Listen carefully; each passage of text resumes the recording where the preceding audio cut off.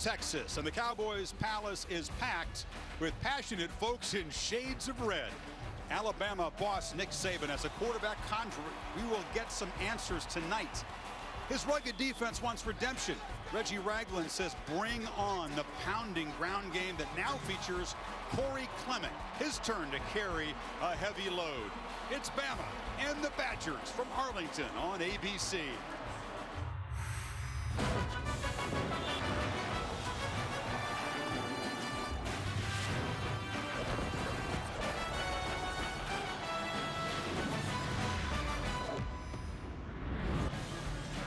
Happy Labor Day weekend and welcome to Saturday Night Football on ABC, presented by Wells Fargo.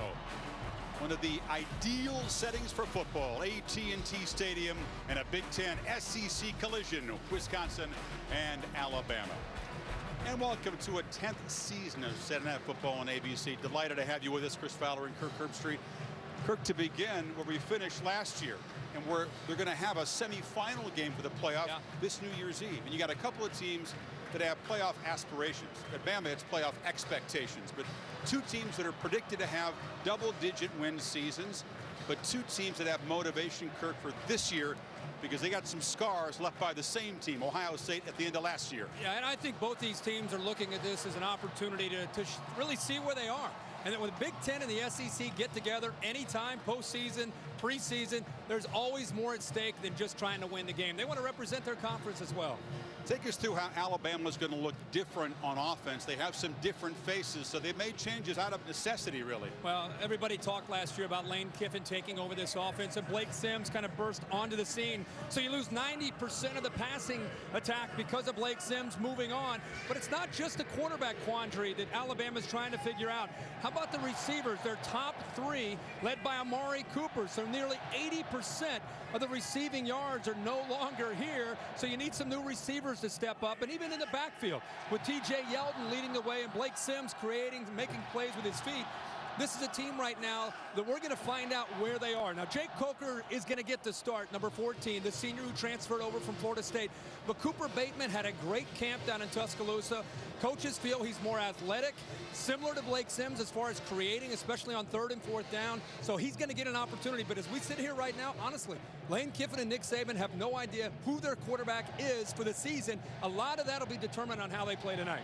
They do think they got a great defense, and they're going to square off and focus on Corey Clement, who's got to fill the huge shoes of Melvin Gordon. Well, when you think of Wisconsin Badgers, you think of great running backs.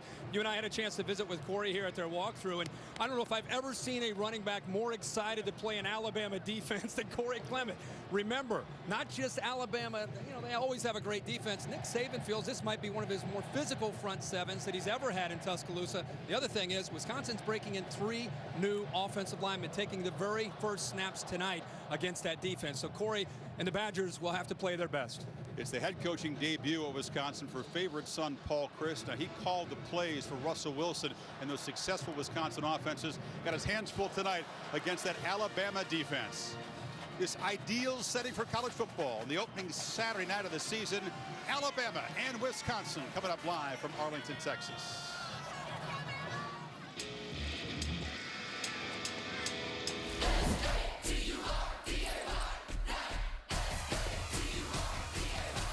College football is back. I think it's going to be tough for the Badgers. Alabama's still Alabama. Alabama is overrated. It's going to come down to which defense can score some points. For the first game, I think it's going to be a tough test. If we're talking chance for upset, I like Wisconsin. Oh, yeah! The time is now. You know what day it is. Let's go! 27-10. The defense stopping the rushing game in Wisconsin. Can Alabama get that done? I think they can. I think they have the best front 7 defenders in the land. It's going to be a major challenge for Wisconsin to have success on the ground. Wisconsin's got to move the chains, stay ahead of the chains, protect the ball, and try to get time of possession. Keep the ball away from Alabama. You expect Wisconsin to be able to run the football, at least attempt to run the football against Nick Saban and his crew? We will find out. Right now, let's return to Texas and Chris Fowler. Chris. John, thank you. Nick Saban all business as he takes the tide out. They have launched 5 successful seasons with these neutral field openers against quality teams like Wisconsin. Paul Chryst trying to dodge the emotions of his debut as head coach back in his hometown and alma mater.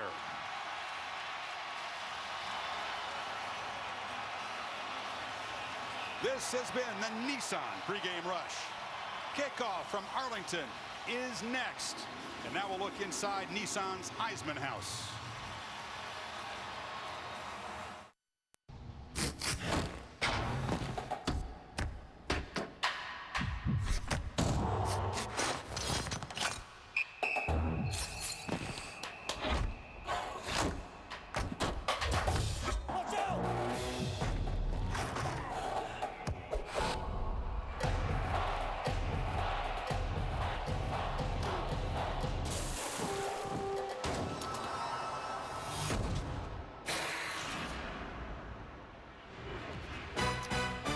Back to Arlington, Texas. Wonderful to have Heather Cox on the team yet again, and she's with Nick Saban. Heather.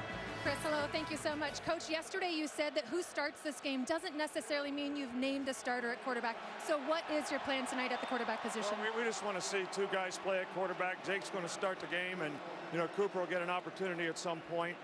But we're just going to see how it goes. What do you hope to learn by using both quarterbacks throughout the evening? Really want to see how they play in the game. Both guys have done extremely well in practice. They both deserve an opportunity, so we'll see who takes it to the game the best. Nick, we'll let you get to it. Thank you.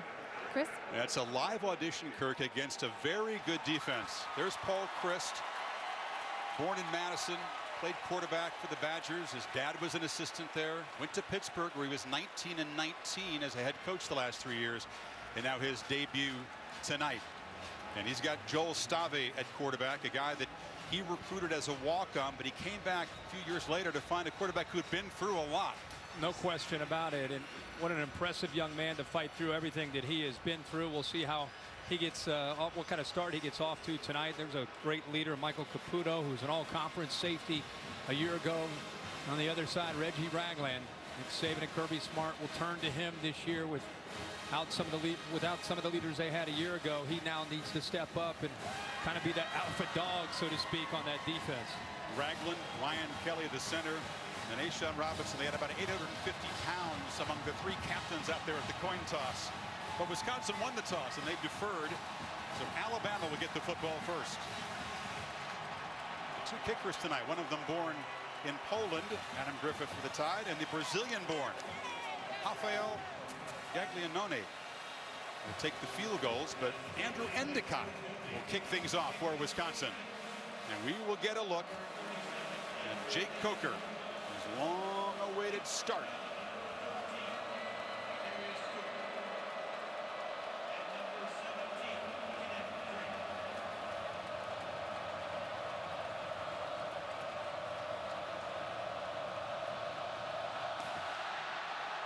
This is Kenyon Drake for the Tide at the 4.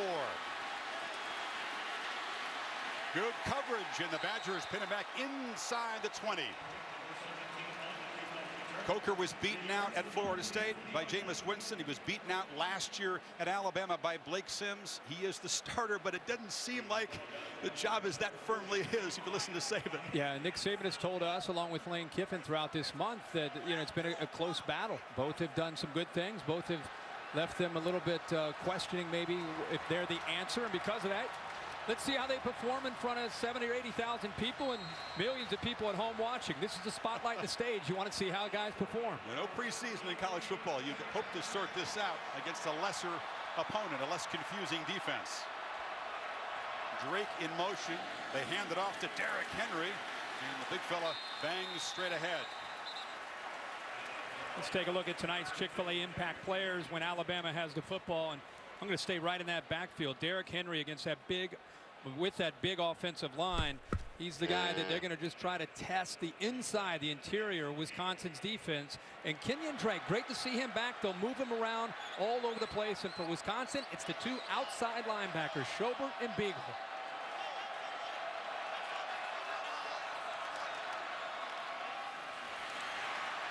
Big Henry again. He and TJ Yeldon had similar stats last year.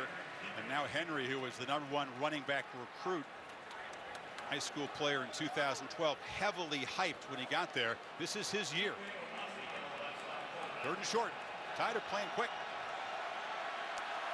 Henry again. Very tough to stop him downhill. First down at the 32. Well, this Alabama offense, there's one thing that they are confident in, and that's running the football. Behind an offensive line, again, much like Wisconsin, they're breaking in some new starters themselves, and because of that, you're going to see Wisconsin really cheat up into the line of scrimmage and see if they can help out against that big, powerful offensive line. Badgers have a man who's in the Alabama backfield and shaken up. The trainers checking him out. That is Michael Caputo, the senior captain, the strong safety, a guy they cannot afford to not have in there. No, he's the leader. Mentioned he was all conference a year ago. Good to see him jogging off. 28th start tonight. The guy who's got a good reputation of playing through pain. He looks like he's got blood. Yeah. He's got some blood coming down. Even with the plastic, he's got the shield. Yeah. But Alabama 3 plays, 3 straight runs. Talked about the confidence that they have. Now you start to wonder, okay, Coker after 3 runs, do you mix in a quick throw? Something to just kind of get him settled into the game. In the pistol formation, something that Lane Kiffin told us he'll use a lot this year.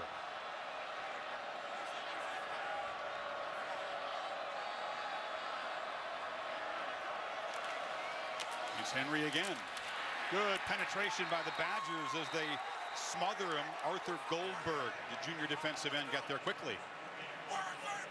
Goldberg with a tremendous effort here. Keep in mind he's going up against Cam Robinson. He deals with a double team, sheds it, including Robinson, and is there to make the play close to the line of scrimmage.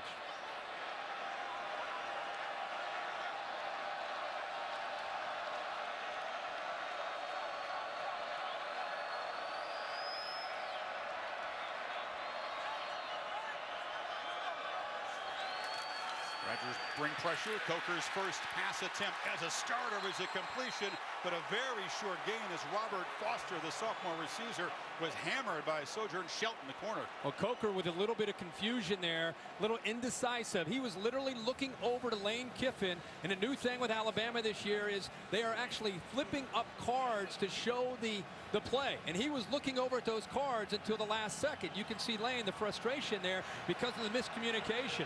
Didn't take Nick long to visit offensive coordinator. Did it. Third down. They need 8. Play action. Coker cannot escape. They got a good pass rusher. That's the outside linebacker, Joe Schobert, on the sack. And they rush 3 here. This is a veteran secondary that's going to disguise a lot of coverage. And to your left over here, watch the pressure come. And he's going up against one of the best offensive tackles at Cam Robinson. Joe Schobert is a high school tailback, has emerged as one of the better pass rushers, not only for Wisconsin, but in the Big Ten. He showed what he could do last year against LSU. And here early when Coker makes a throw, Schobert again in the backfield for the Badgers. Look at the strength to make an arm tackle on a big quarterback. And you see him go through Cam Robinson. The Badger defense forces a punt from J.K. Scott, the brilliant sophomore kicker.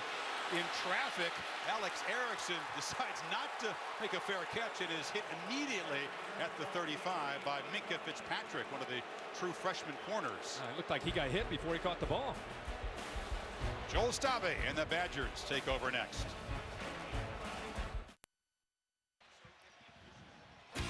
Our aerial coverage provided by Goodyear. Everything Goodyear has learned making tires that go the distance inspires what they roll into yours. Goodyear, more driven, the official aerial provider of Saturday Night Football. So we'll detail a key injury on the Wisconsin defense momentarily as the offense takes over for their first possession of the season. And Joel Stave showing a smile, Kirk. What a difference from a year ago when he was unable to throw a ball and couldn't help his team in that game in Houston against LSU. His 29th start.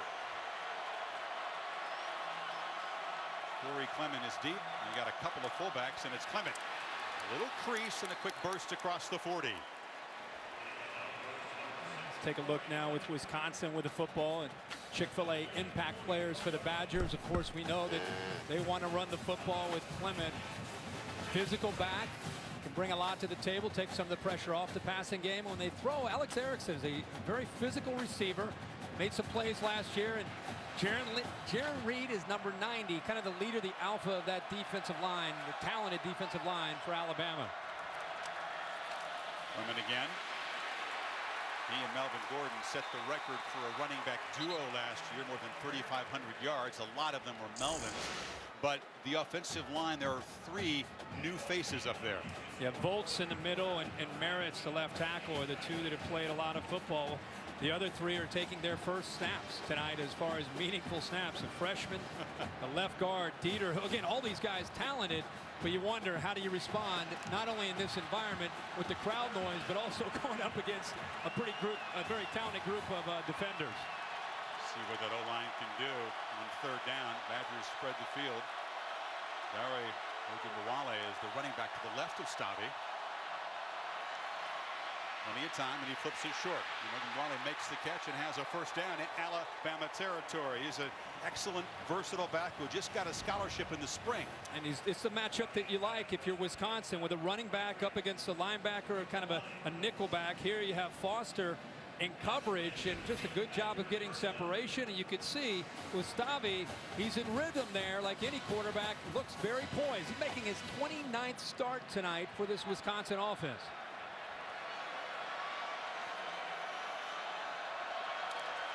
And again, as they test the middle of that Alabama defensive line.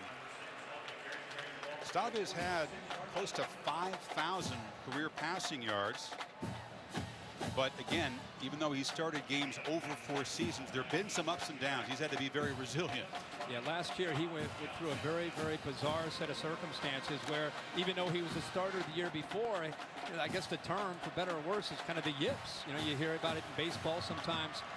You hear about it in golf, and he could not throw the football accurately. And Tanner McAvoy stepped in, and by the 5th game, he had settled down and was able to get back to playing quarterback.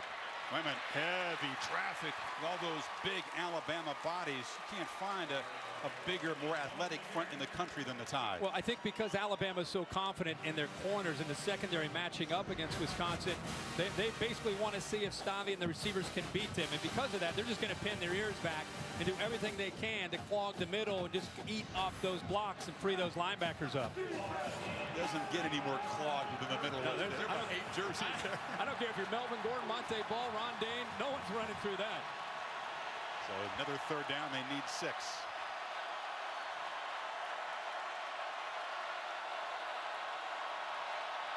Tide rush 4. Stavi gets it away, delivers high. He's trying to get the ball to Erickson, well covered by Cyrus Jones, who had designs of a pick 6. 4th down. Slow to get his head turned around, and these receivers and tight ends have got to understand, especially on 3rd down, Alabama's going to bring pressure. You've got to get back. The quarterback's going to get back, and that ball is coming out. You've got to hit your point and get your head turned around and be ready for the football. There's not a lot of time for Stavi to sit around and look for another receiver. Ball's coming out fast. Jones is their best corner. He's also their punt returner. You might see him play a little offense tonight. He's been working at receiver in camp. Drew Meyer sit high with backspin, and a fair catch by Jones just inside the 10-yard line. So both defenses off to a good start. Scoreless midway 1st quarter.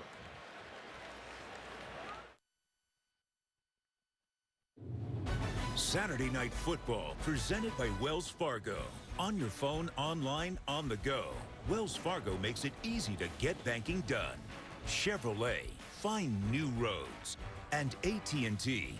DirecTV and AT&T are now one, bringing television and wireless together. 2nd possession for Alabama with the sack of Coker that ended the 1st possession. They netted only 4 yards, and now they start at the 10-yard line. See how cautious Lane Kiffin is with Jake Coker at quarterback. He's out there for the 2nd series. We do, of course, expect to see Cooper Bateman, the sophomore from Utah, perhaps as early as the 1st or 2nd quarter.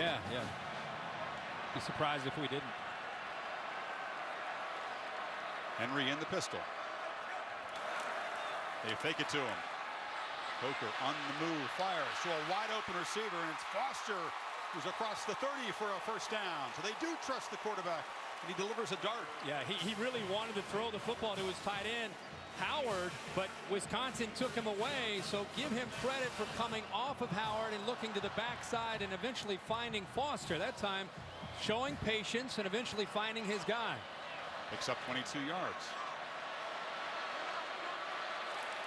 Again, they fake it to Henry in his first down throw. Coker across the middle, has a man wide open. Catch inside Wisconsin territory. That's Richard Mullaney, the senior from California. Well, Michael Caputo out of the game. Wisconsin's defensive scheme in the first possession was all about attacking the line of scrimmage, and the adjustment this second series is to get the ball in the hands of Coker and let him try to attack them through the air. He's going to throw it again. This time flips it off short to Henry. Same play. Can't make a man miss. Heather Cox with an injury update from the Badgers. Yeah, you can tell the Badgers are missing Michael Caputo in their secondary. He is out for the game with a head injury. Actually stood up, went to the wrong huddle. The medical staff immediately took his helmet away. Caputo was frustrated, pleading his case to no avail. Guys, remember this. He was the one when Chris came on campus. He asked every player, who's the most valuable? Who can't you go without? Every player put Caputo in at least one of those categories. He's sorely missed. This is Kenyon Drake with his first carry, and he's dropped for a loss as a flag comes in. Joe Schobert, who's having a big start to this game, was there in a hurry. Boy, Joe Schobert is a tremendous athlete at outside linebacker. Does everything for you. Kind of an offbeat guy, a little quiet. Yeah. Likes to read Harry Potter books. Holding, number 94, offense. 10-yard penalty. Replay, second down. Got Dakota Ball, the tight end. Let's go back to Caputo because this was a little scary. You know, he got hit, he gets up, and he's patting Cam Robinson. Wisconsin is to the right. He's now in the backfield of the Alabama team. He's lined up in the backfield, and Cam Robinson's kind of pointing to him like, we got a situation here, and the officials recognize it and come in and then eventually take him over. So now Dakota Dixon steps in. Not only you lose the experience, but more importantly, as you just heard from Heather, the leadership and what he brings to the table, and it also affected the way Alabama is now attacking Wisconsin through the air. A decisive move on that sideline, though. Caputo is a competitor. He thinks he has a very high threshold for pain. Western PA guy, a captain, desperately wanted to go in there, but this is the right thing to do when your faculties have left you there. Yeah. They decline the penalty, sets up now a 3rd and long. And remember, these defensive ends, Beagle and Schobert, they can get after the quarterback. They'll be coming off the edge. Drake motions out, so an empty backfield. And the Badgers bringing some pressure. Coker gets it away quickly. Foster has some room. Slips a tackle, dives near the marker at the 36. It'll be very close. Yeah, the spot is interesting. The Alabama crowd kind of reacting to the spot. Short. Half a yard short, but Alabama not hesitating. They're already lined up. The quarterback, he's back in the pistol for Derrick Henry. You would expect number 2 to get the football.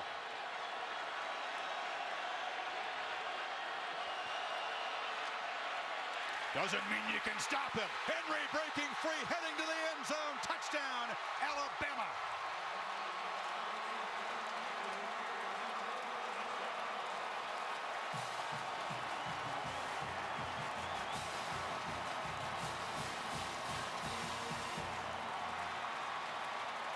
Needed a little, and they got a lot. 37 yards for the new stud in the tied backfield. He's actually been a stud, but now he's the guy, the starter. Adam Griffith. And the Tide marks 90 yards for the first touchdown of the season. And a different look from Coker, where he's given the keys to the car, so to speak. He gets a chance to open the offense up a little bit, and then on 4th and short, Wisconsin in almost a goal line defense, everybody up close to the line of scrimmage, and if you don't make that tackle right there, that initial arm tackle, there's no one left to slow down the big fella. He takes it all the way to the house for a touchdown.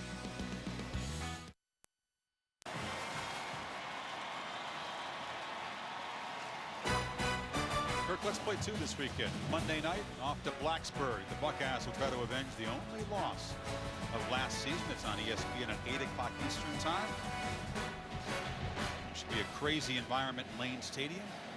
Can't wait. Ohio State, another team with some quarterback issues. If you hadn't heard, there's a quarterback situation there in Columbus. That's more of a little bit of a different situation. We have 2 guys that are pretty experienced and proven. You had 3 until Braxton Miller shifted H-back. It'll be fun. Griffith to kick it off.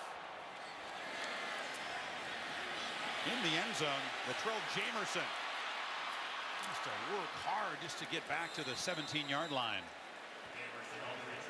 The All-State Saturday Night Football bus has joined us here in Arlington. Our place to check out the games this afternoon.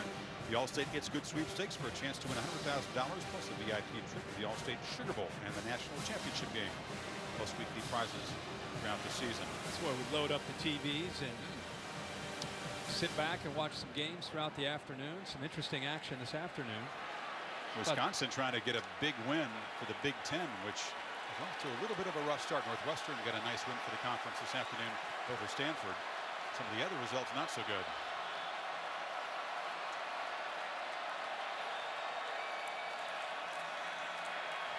Play action. Stave delivers a strike across the middle, and it's one wheelwright at the 33-yard line. So a nice, accurate throw and a slant. And you know, we saw Alabama give Coker a chance to throw the ball. He's 4 for 4 on that last series, opened things up, and now giving Stave the same opportunity. Instead of waiting till 3rd down to try to execute, when the defense really is going to get exotic and put pressure on you, try on 1st and 10. When the trend is run the football, you mix in some early down play action. A good call by Paul Chris.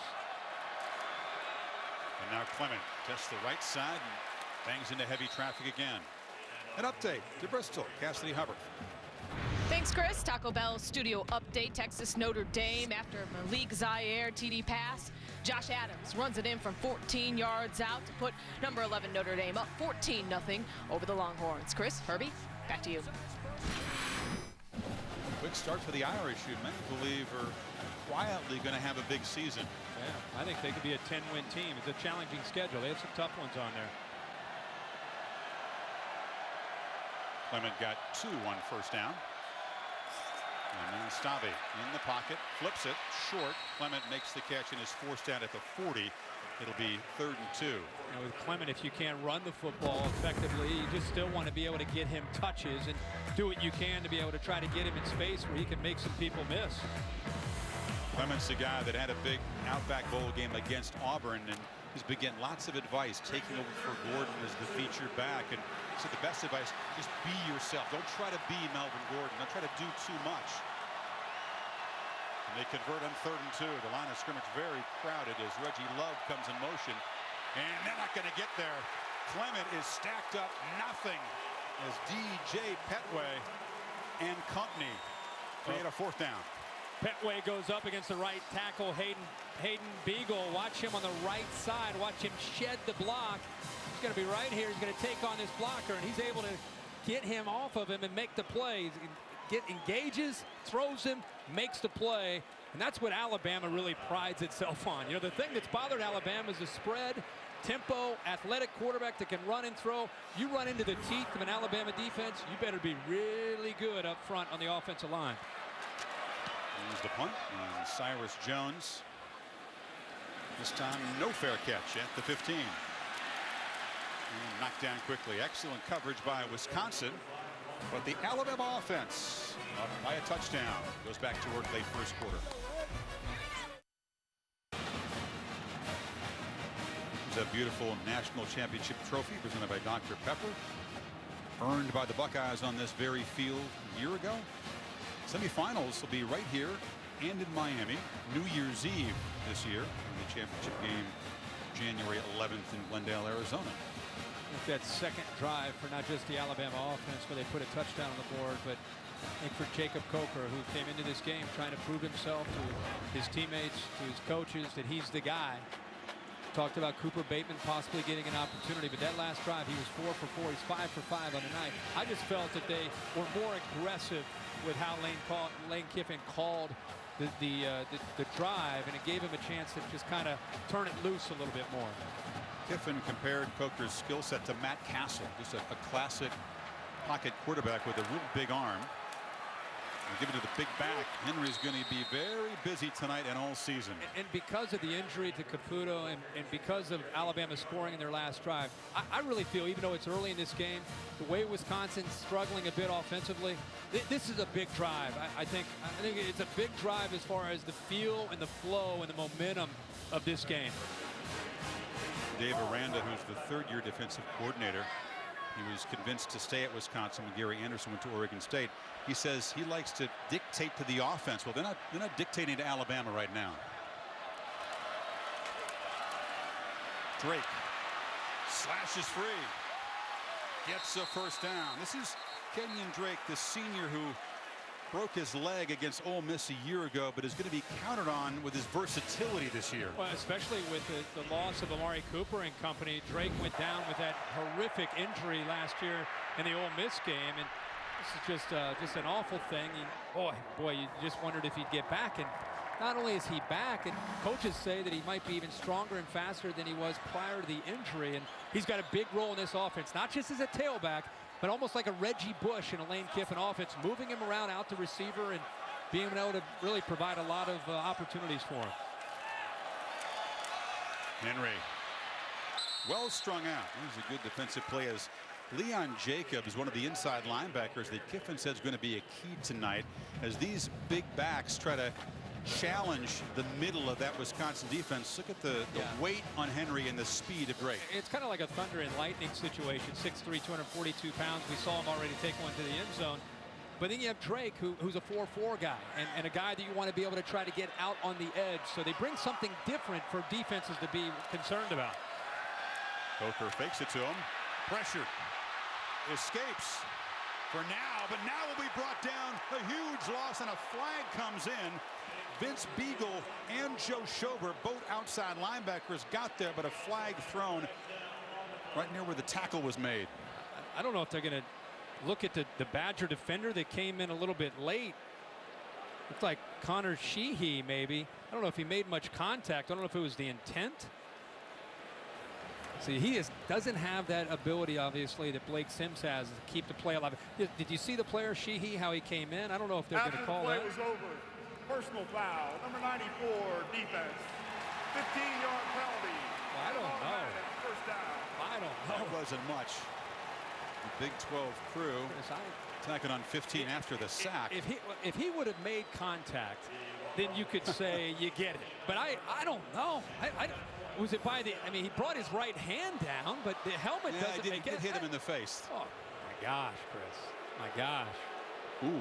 Well, they actually going to go super slow mo. It looks bad. It was a silly thing to do. Yeah. And a huge call, by the way. That would have been 3rd and long. And try the middle to Drake. But I think a microcosm there of the issue and the challenge that Lane Kiffin and Nick Saban are looking at. Because let's face it, Blake Sims last year, there was only one school that converted in the top 5 in the country on 3rd and 4th down. It was Alabama. And it wasn't just Lane Kiffin's play calling. It was Blake Sims' creativity, keeping plays alive, scrambling for a first, keeping a play alive, and finding an open receiver. With Jacob Coker, you don't get those opportunities. You don't think Jake's going to rush for 479 yards gain? No. This year? 7 touchdowns? Coker, a second down throw. Flashes the big arm. Down the middle. Kelvin Ridley, the talented true freshman receiver. Well defended by Shelton. Great closing speed here by Shelton.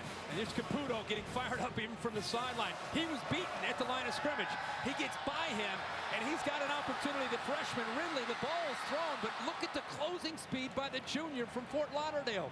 Shelton gets there and gets his hand on the ball, does not interfere with him in any way, and makes a great play. He had a little bit of a sophomore slump last year, a little bit more technical, playing more zone.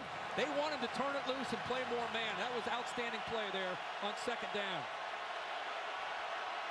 3rd and 8. Pressure again on Coker, who backpedals and flips it into heavy traffic. Incomplete.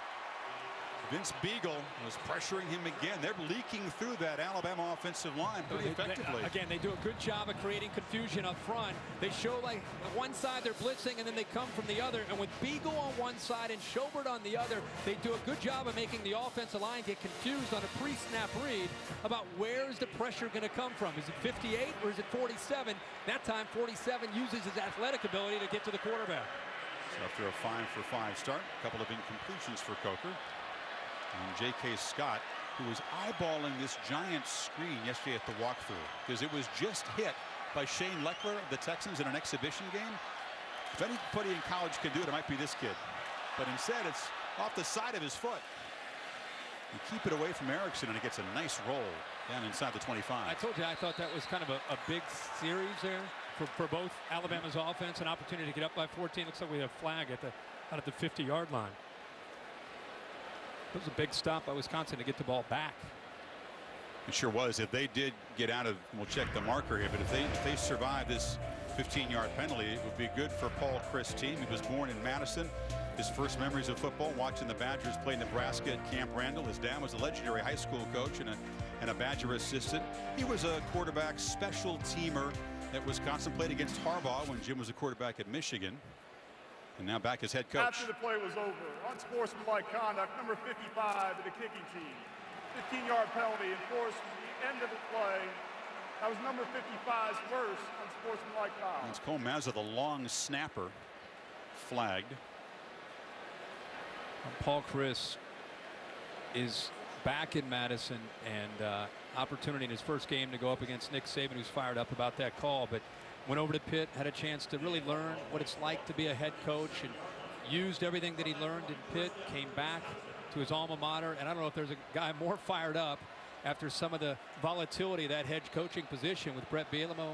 We saw him, and of course last year he's fired up to be the head man in Madison, that's for sure. He didn't show it, but he is fired up inside.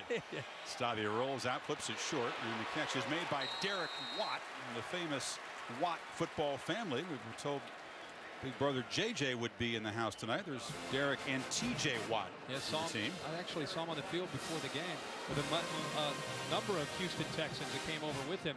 But Chris, throwing out to Derek Watt, trying to find a tight end, maybe Alex Erickson, maybe Tanner McAvoy. They're going to have to throw on some early downs to eventually try to open up the running game. You're not going to be able to run tonight and then try to go play action. It's going to have to be reversed for Wisconsin.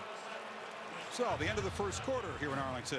Back after this message and a word from your local ABC stations. Crimson Tide, a 90-yard touchdown drive. That's the only score so far. This Dr. Pepper Championship Drive game of the week. We begin the second quarter with the Badgers at their own 40-yard line. Stavia's 4 of 5, Kirk, but only for 32 yards. Nothing downfield yet. We were just talking at the break how, other than Wheelwright made a catch, none of the receivers yet have made a reception. And again, we said going into the break there that they're going to have to make some plays in that passing game to open up some running lanes. Alabama's attacking the line of scrimmage. Stavia again flips it short. Catch by Clement, who moves into Alabama territory at the 45. He's worked hard on his hands and his receiving skills to be used in this Chryst offense like this. And again, that's what you're talking about. And Paul Chryst knows that.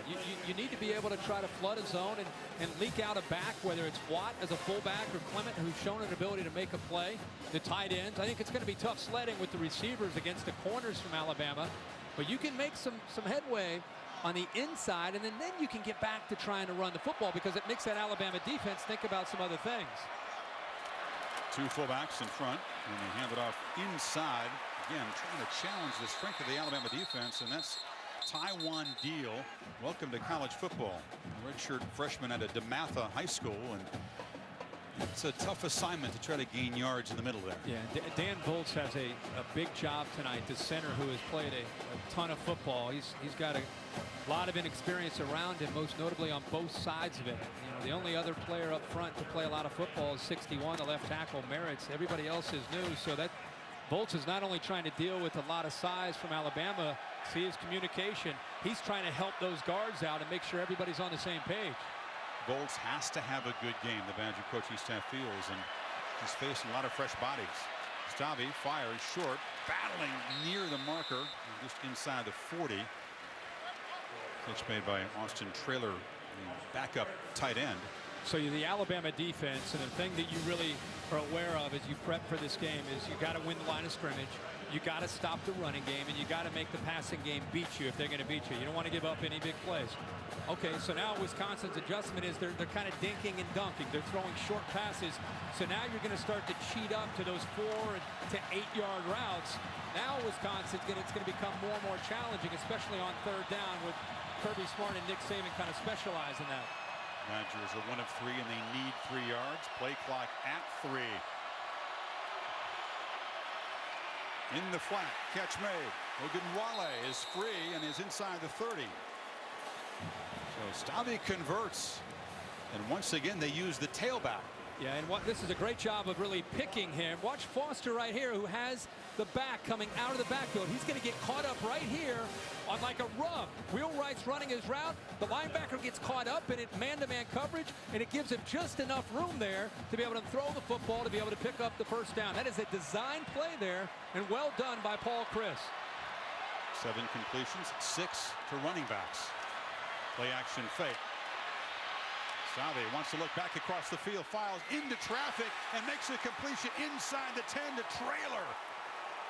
So Traylor getting a chance as Troy Fumagalli, the tight end, is nursing an ankle, and a big catch, 1st and goal. Yeah, he actually wanted to throw the ball here, coming down the sideline. They're trying to get the defense to just kind of get lulled to sleep after the fake there to deal. See right here, he's trying to get the ball thrown, but good coverage here. So instead, he ends up coming off to his tight end, Traylor, who does a good job of not only holding on to the football, but handling the contact. And now Wisconsin inside that 10-yard line. And Clement is back in the game, the lone tailback. He's got it. Reggie Ragland grabs him and wrestles him down. With Ashawn Robinson. I went to a scrimmage a couple weeks ago in Tuscaloosa and watched a goal line package, and Reggie Ragland was right in the middle of it at 6'2", 252 pounds. He is physical. All conference a year ago, kind of the leader. The true freshman running back, Damian Harris, must have run into Reggie Ragland in that first unit defense 25 times, and Ragland will make you earn it. Tough to run on them inside this area. Instead, they'll try to throw it. Stabby flush and just throws it away. 3rd down. This is an area where Wisconsin struggled a year ago, and this is an area that this man right here, Paul Chris, specializes in. This is something he really prides himself in. And boy, when he had Russell Wilson, they'd get inside the red zone. It was almost just lock and load. They're putting points on the board, most often a touchdown. This is something that they know. They don't want to just score. They don't want to just get points. Paul Chris wants touchdowns, because you wonder how many times you're going to get down in this area against Alabama. Man-to-man on the outside. Stabby, look left, right, fires middle.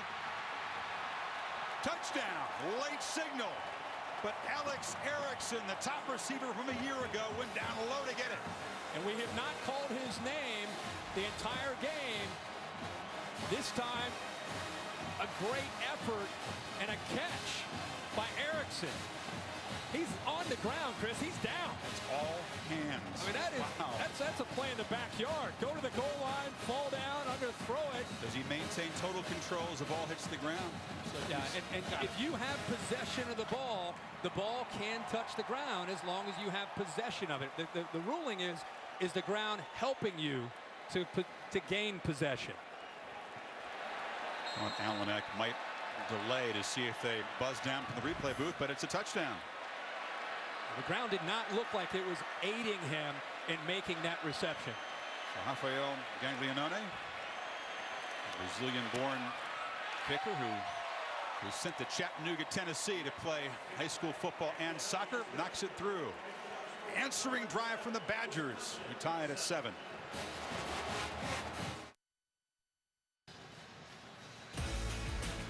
Aerial coverage again provided by Goodyear. Everything Goodyear has learned making tires that go the distance inspires what they roll into yours. Goodyear, more driven, the official aerial provider of Saturday Night Football.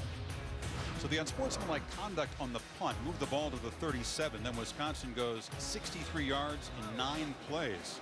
Stavia to Erickson for the tying touchdown, and a terrific effort because he was tackled basically, Kirk, and still managed to make a great catch. Great focus. So a conversation in the break there between Saban and Kiffin. You wonder what was exchanged as the Tide offense goes back to work. Only 71 yards for Bama, and only 15 on the ground so far. You factor in the sacks.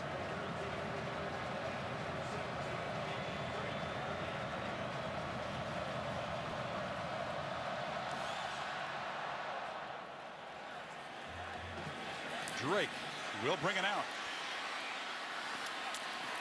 And he's knocked down just across the 10. Excellent coverage so far by the Badgers special teams. Fumagalli, the tight end. I talked about Alabama being in man on third down. They're actually in zone. They show man, they go to zone. Fumagalli clears it, and then here's Erickson coming underneath. So the linebackers have to sink. With Fumagalli getting vertical, they sink just enough, but he gets tied up with the freshman Fitzpatrick and goes down. But what I love is Stave on third down experience, throws it low, where his receiver has a chance to go down and make a play. He's 6 of 7 on that drive, converted 2 big third downs, and also found 5 different receivers. They kind of spread things out between the backs, tight ends, and also the receiver there, Erickson, on that last throw. All 4 Bama possessions have started with very poor field position, and they're back at their own 12-yard line. Coker a first down throw in the flat as a flag comes down. Drake nowhere to run, and he's wrestled out by Shelton. Offsides on Wisconsin. Mistiming that blitz.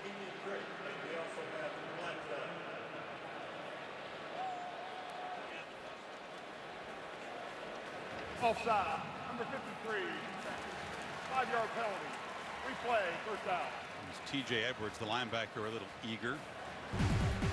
ESPN College Football. Stream every game live at home or on the go. Simply download the Watch ESPN app or visit watchespn.com.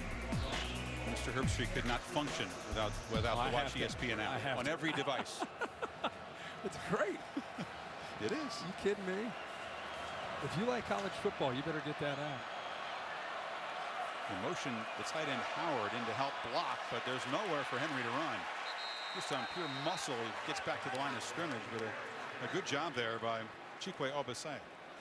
That time they timed up their blitz a lot better. Again, this is an active defense. They're breaking in some new linebackers. Defensive line wants to chew up those offensive linemen, demand double teams, and try to free up the backers. Not just Schobert and Beagle on the outside, but Chris, you talked earlier in the telecast, Leon Jacobs, who we just saw a little earlier, number 32. T.J. Edwards, who is offsides, 53, and also Chris Orr, true freshman. They're very, very young in the interior. So far, holding up pretty well. Henry breaks free, muscles for a first down to the 25. Well, one thing that's different, we see it all over the country, but you don't see it in Alabama. Lane Kiffin now has gone to the Cards. Alabama, of all places, would you ever think that you would see them with Cards trying to get their plays in with tempo? What do we got here? The Seattle Supersonics, the old school logo. Oh, wow, a Tasmanian Devil play. Which one are we going to call? I'm excited to see what this one might be. I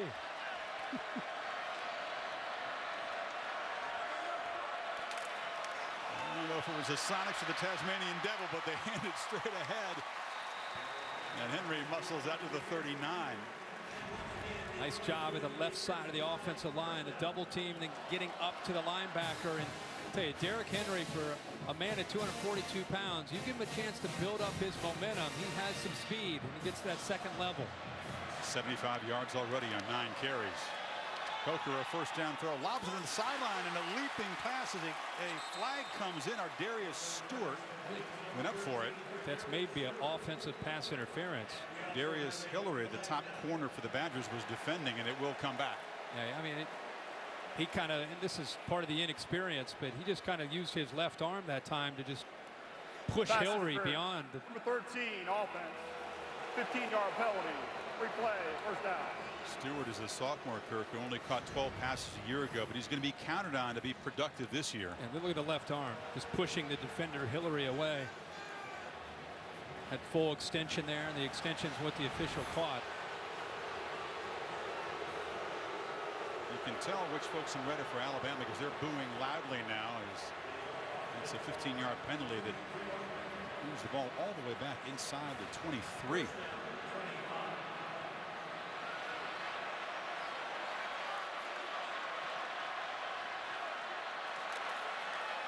Drake, nothing there. Knocked down quickly after a short gain by Goldberg, who's been active, and Edwards, the linebacker, helped. Goldberg probably the most athletic up front. The time he buckled Cam Robinson, the left tackle, got in and got involved in the play. And now you're going to start to see Dave Aranda, the defensive coordinator, substituting different bodies and trying to get a little bit unique and different with his look. Second long, third long, you're going to try to get pressure and try to give him a different look to try to confuse that offensive line and quarterback. 2nd and 22. Coker looks to throw a screen, lobs it up. Drake has it. Excellent blocking, gets to the edge, crosses the 40. Kenyon Drake breaking free inside the Wisconsin 40. A huge play in the screen game. And a great call here, knowing that they might bring pressure. They brought a corner to Coker's right, but it still is only 4. But Wisconsin late to react, and once 47, Beagle went to the inside. The play loss contained. It freed up Drake to get to the outside and to be able to pick up the first down. There's confusion right now for Wisconsin. Wisconsin's got about 15 guys out there as Alabama snaps and Coker complete across the middle.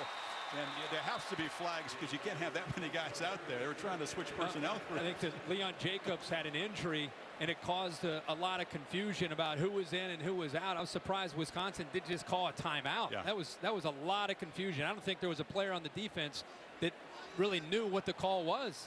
Not to Illegal mention substitution. Defense. 12th man did not get off the field before the snap. The penalty is declined.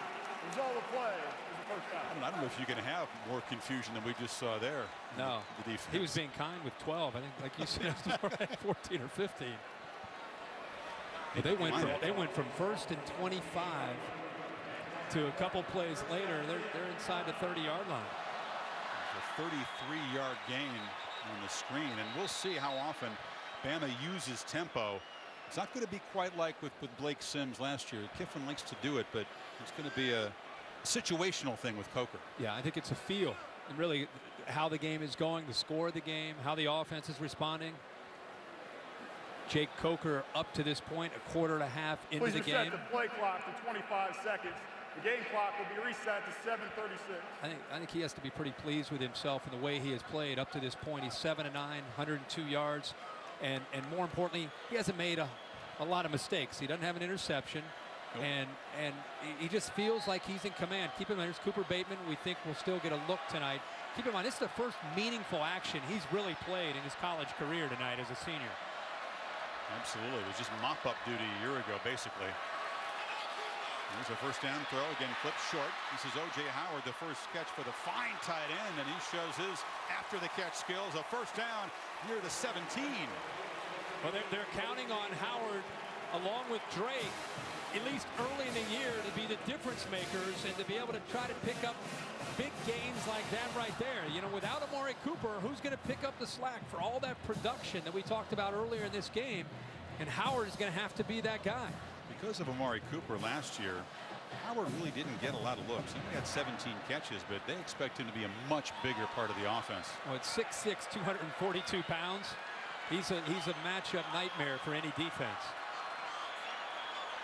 So on first down, Drake is to the right of Coker. Jake has plenty of time, fires short, complete, caught, touchdown, Foster.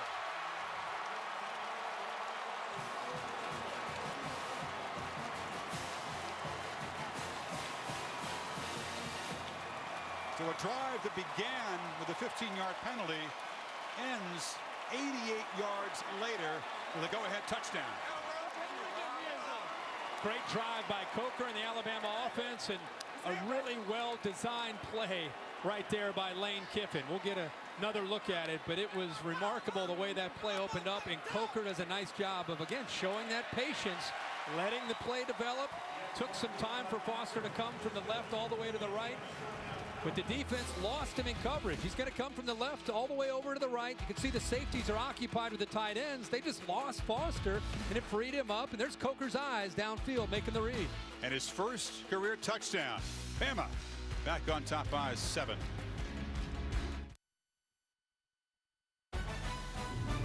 Saturday Night Football presented by Wells Fargo. Brought to you by Nissan, premier partner of the Heisman Trophy. And AT&T. DirecTV and AT&T are now one, bringing television and wireless together. You consider a first-time starting quarterback and very poor field position on every drive. I got to think, Kirk, that Saban and Kiffin are thrilled with touchdown drives of 90 and 88 yards. Coker was 4 for 4 in that drive. He doesn't always look great in practice and scrimmage. That's why he hadn't won the job long ago. But maybe he's one of those guys as a starter with the lights on. It's just starting to click a little bit. And as the game has gone on, he just seems more and more comfortable. This is Jamerson at the goal line. Hit quickly and hammered down short of the 20. Badgers back to work. 6:34 before halftime.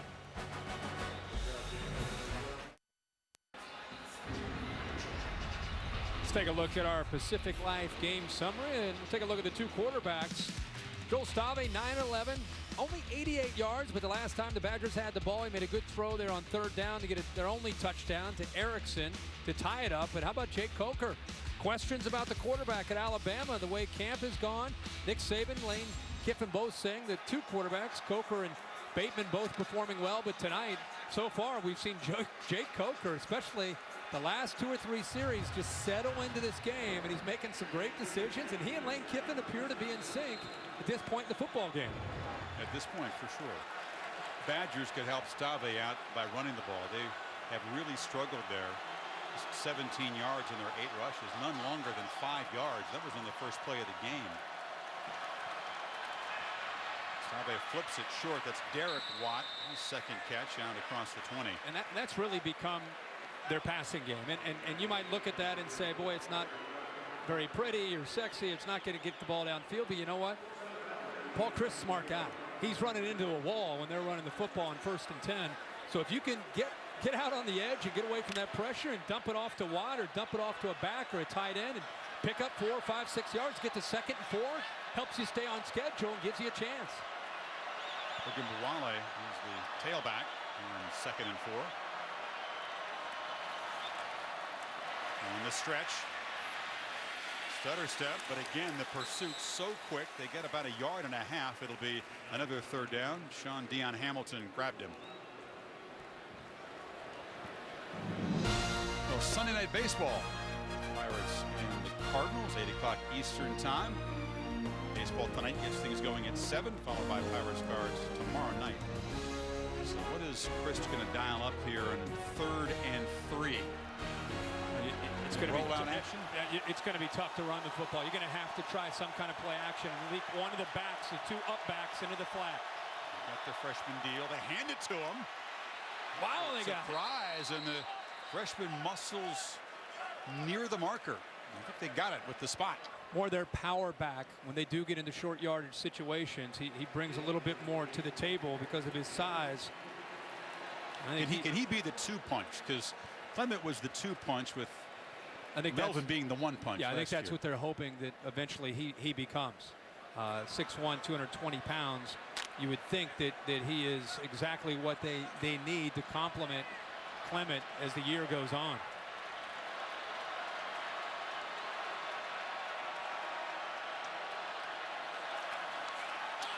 Clement, Stave pressured and slammed down as they didn't pick up Jonathan Allen, who came flying in. Now Walker Williams, the right guard, confused. Right here, he steps inside, and the pressure shoots right through that gap. Little miscommunication. This is what happens when you start 3 new offensive linemen, and that's why every single down, Volt's in the middle trying to make sure all 5 guys are on the same page. That time, they committed to the left. There was probably a lucky call. They're coming to the left, and then Alabama shot right through the gap between the right guard and the right tackle. First sack of the night sets up 2nd and 17. Stave Looping throw into traffic. Nice catch made. Erickson, who caught the touchdown earlier, collects a very different kind of throw here. And I think they confused Stabby. I think he was expecting man-to-man, and he might have gotten away with when he went right over the top of Humphrey. I think he thought he was going to be up, and he went over top of him. Peavy was down on the shorter route, number 11. Humphrey came off Peavy. He sank in coverage, and he might have missed that ball by an inch. Beautiful throw. No, it was right on the money, but I think he thought the corner would stay up on that receiver in the flat, but he got the ball in. Wale, as a flag comes flying out of the defensive secondary. Tackle made at the 46. We'll sort things out and go down to the Bear. The Affleck trivia question, the season debut. Is he going to give us a break early? We're going to start tough. We'll give you a little bit of a break tonight. And now it's time for tonight's Affleck trivia question. Nick Saban has beaten Wisconsin once as a college head coach. Name each team's leading rusher in that game. Well, it was a Michigan State. Yeah. Obviously. Yeah. Bama and Cedric Wisconsin. Irvin. Cedric Irvin. Boom. I got that one. All right. Let's see. Who else would it be? This penalty, by the way, is a hold. So it marches the Badgers back to the 36. How about Not an offense that can afford major penalties I'm too still often. stuck on the Bears. How about, was at LSU, did he play Wisconsin? In a bowl game, maybe? You think he tricked it? I'm going Cedric Irvin on one of them. I'm focusing on the play. Yeah, here. I know. Yeah, me too. I'm with you. Bears trying to throw his curveball. I know. Exactly.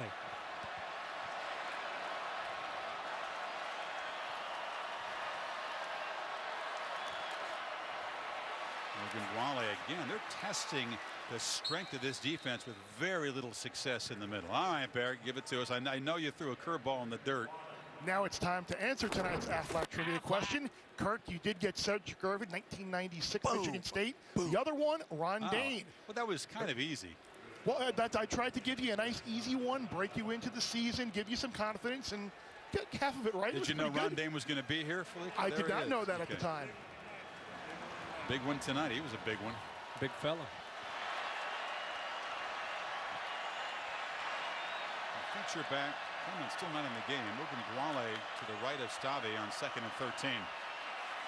Tide rush 4. Flip it short again. And Erickson gets out to the 48. So it's still going to be 3rd down and about 8. Anderson on the tackle. Yeah, I think these last two downs, Paul Chryst just trying to get Wisconsin after the penalty, just try to get in position to be able to convert, have a legitimate chance to convert on 3rd down. I think he's done that now. It's amazing, Kirk. This is not a good situation for Bama's defense last year. They were one of the worst teams in the country for teams converting 3rd and long. Right. It's just galls Nick Saban. Here's Erickson right here.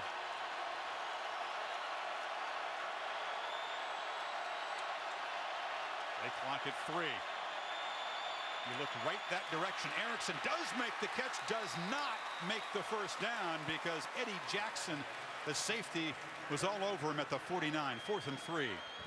Eddie Jackson moves from corner to safety along with Geno Mateus-Smith, and it really gives Alabama a lot more flexibility, especially on 3rd down. You've got corners essentially with corner background playing safety, where you can play a lot more man-to-man with those safeties. Clock is running. You'd figure that on 4th and 3, Wisconsin's going to punt it. They still have the offense on the field. They're just working that clock.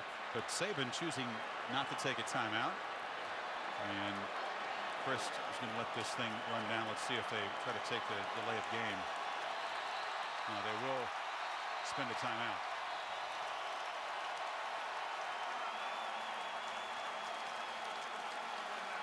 We'll see if they keep the offense on or send the punt team out. Quick timeout in Arlington.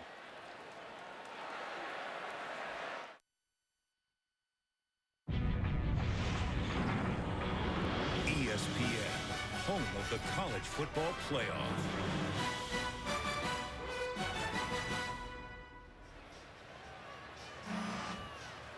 After you watch the Buckeyes and the Hokies on Monday night, you can keep it right here to watch your buddy SVP, the premiere of his nightly Sports Center show at midnight, beginning Monday on ESPN.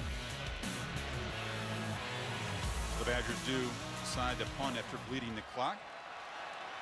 to pin the Tide deep and get the halftime down just 7. Meyer knocks it high, and the fair catch made at the 11-yard line by Drake. We'll stay tuned for the BMW halftime report. John Saunders, Mark May, and Mac Brown, the new team on ABC this fall. They'll have scores and highlights from a wild and busy opening Saturday of the season. With the way Coker's been throwing the ball, Alabama's still 3 timeouts. I know they're pinned back, but he's been pinned back a lot in the first half, and he's had success moving the ball. So I think depending on how these first couple plays go will dictate whether or not they get aggressive. My guess is they start thinking about at least trying to get in field goal range for Adam Griffith. Remember, Wisconsin deferred, and they do get the ball to start the second half. The plan wasn't really set in stone. We thought we might see Cooper Bateman spelling Jay Coker at this point, but it's hard to take 14 out of there. Not right now. The guy's been playing well. 9 of 11, 130 yards. I don't know if you want to take that rhythm that he's picked up here out of the game right now. He's under center with Henry behind him and Howard in motion. Play action. Coker looking downfield. Fires deep. Stewart over his head. Sojourn Shelton, the corner who's been urged to play with more passion, more enthusiasm, and more risk this year. You don't usually tell a corner that. How about Dave Aranda saying a little over a minute to go in the first half that we got him pinned man-to-man without any safety back there? That's a lot of trust in number 8. That is a lot of trust, and you've got 2 corners for Wisconsin. It frees up Dave Aranda to say, you know what? Both these guys have started for 3 years. Both of them can play man-to-man, but I was surprised you didn't see any safety help back there, no matter how good they are in coverage. In this shotgun, Coker fires far side. The catch made there. Stewart tried to hurdle a man, so it's 3rd down. And Nick Saban standing right next to Lane Kiffin when it comes to managing the clock, and he just kind of put his hands up right there to Lane. He is helping dictate every single thing that's going on right now as far as whether that's it. We're good. We'll kill the clock. That's it. When the head man says we took one shot down. Shut it down. Stop the clock. Shut it down. That's it. Pack him up. Head into the shower. Heather's ready. Who's Heather going to talk to? We're ready for half. It is a fascinating sideline dynamic. A former NFL head coach. Both of them actually are. Play clock all the way down to 1 when they snap it and give it to Drake. And he wants to just stay in bounds and does fall down. And the Badgers could stop it, and they do with 14 seconds. Force a punt.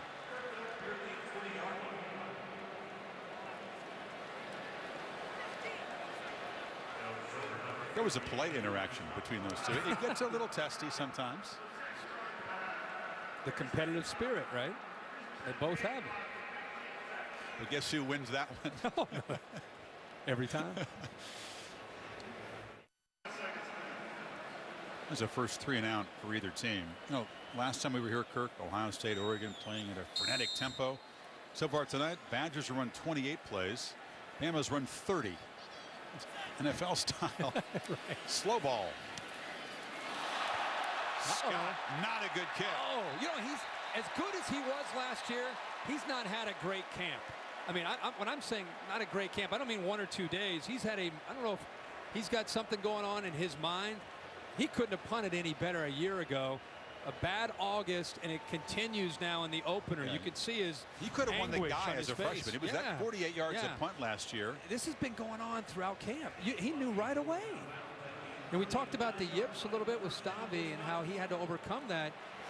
You wonder when it comes to kicking and punting sometimes how they have to deal with that. Well, Badgers got 9 seconds to work with. They don't have too far to go to get in Calianone's field goal range. They've got the 1 timeout. Stavi takes a shot downfield, leaping catch by Erickson at the 15. They'll spend their last timeout with 3 seconds to go and perhaps steal 3 points before halftime after the shank. Well, this is a great ball, and look to the right how 86 gets right in behind coverage. He snuck right in there behind him, behind the coverage, and a perfectly thrown ball where his most trusted receiver Erickson can go up and make the play. Maurice Smith dropped back, but he just didn't quite get deep enough. Stave showing the arm strength, Chris, but also does a good job showing the touch to get, you got to throw that ball with a little bit of velocity, but also some touch, and he made that nice throw. Erickson's had 5 catches in the first half, and if you think about Joel Stave a year ago when they were playing LSU down in Houston and he was going through those yips and couldn't throw a ball from me to you, some very nice throws so far. Yeah, I think that's really behind him, and I really believe that Paul Chryst coming in has helped him just put all that behind him and move forward. This is a bonus opportunity for Wisconsin. Rafael Gaglianone from Brazil from 34. Off the upright. And the Badgers squander a chance to go to halftime with some momentum and only a 4-point deficit. This guy was very reliable a year ago. You want to upset Alabama, every opportunity that you have, you've got to be able to cash it in. They got a gift, a chance to be able to come up with points and then get the ball to start the second half, and they squandered it, missed the opportunity. So Coker and the Tide will be up 7 at the break. Badgers will get the ball when we come back. The BMW halftime report coming up, and Heather Cox will speak with Paul Chryst right after these messages.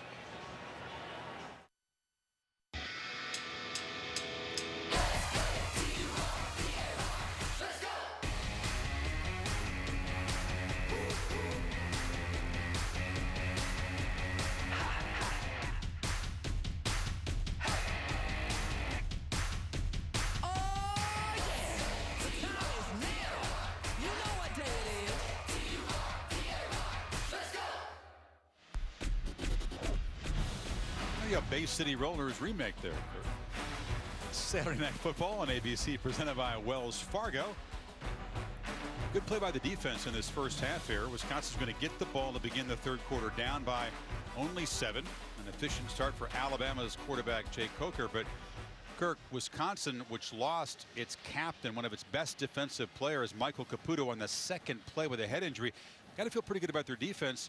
Offensively, running game has not done anything. No, they've not been able to run the football, but the one thing that I think if you go back and think about that scoring drive, it was over 60 yards. It's 7 passes, only 2 runs. And I talked early in the game that they're going to have to throw to set up the run. And on the other hand, I think that'll have to continue in the second half. Jake Coker's been not necessarily a pleasant surprise, but he's been in command. This is a touchdown pass where he does a good job of being patient, reading the defense. 2 defenders take 1 guy.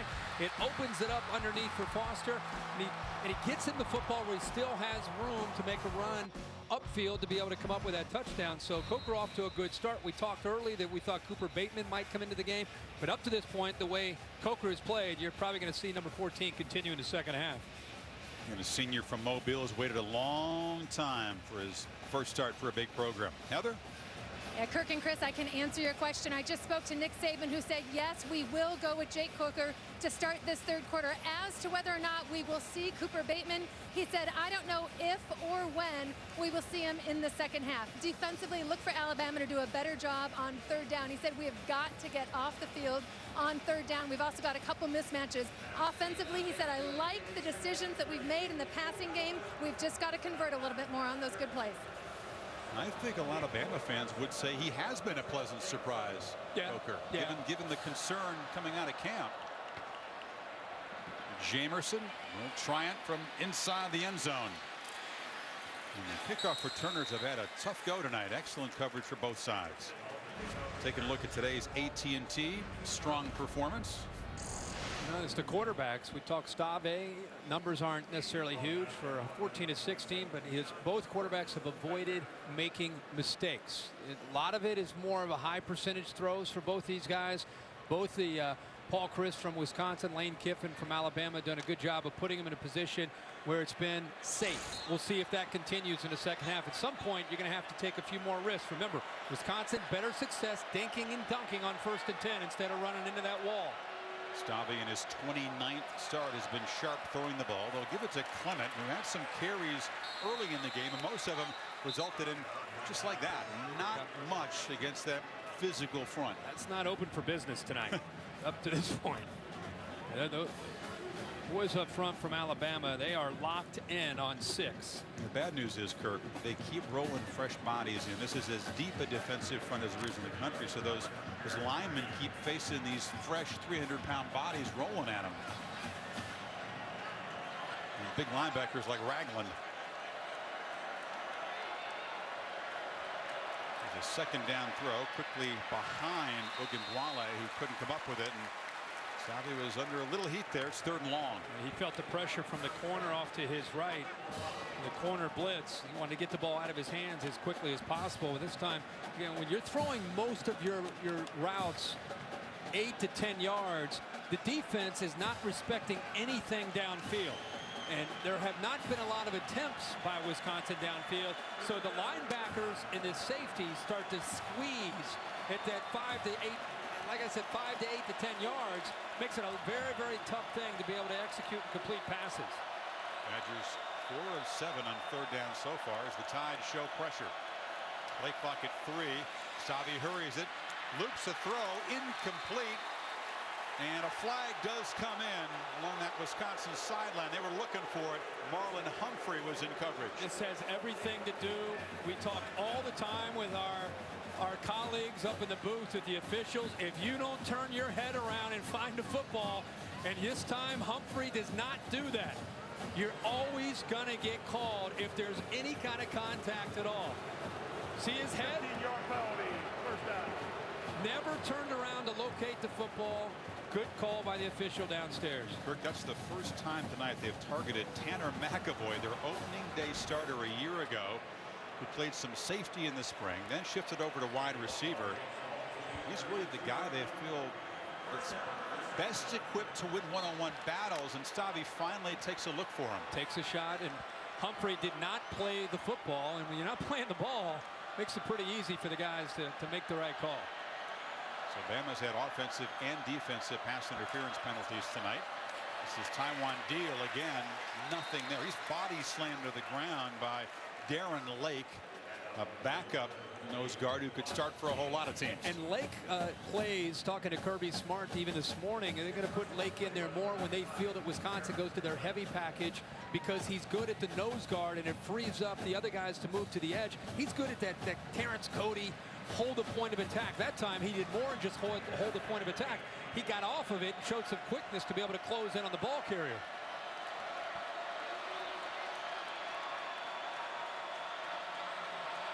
Stavy on 2nd and 8. Feels the pressure again and goes down.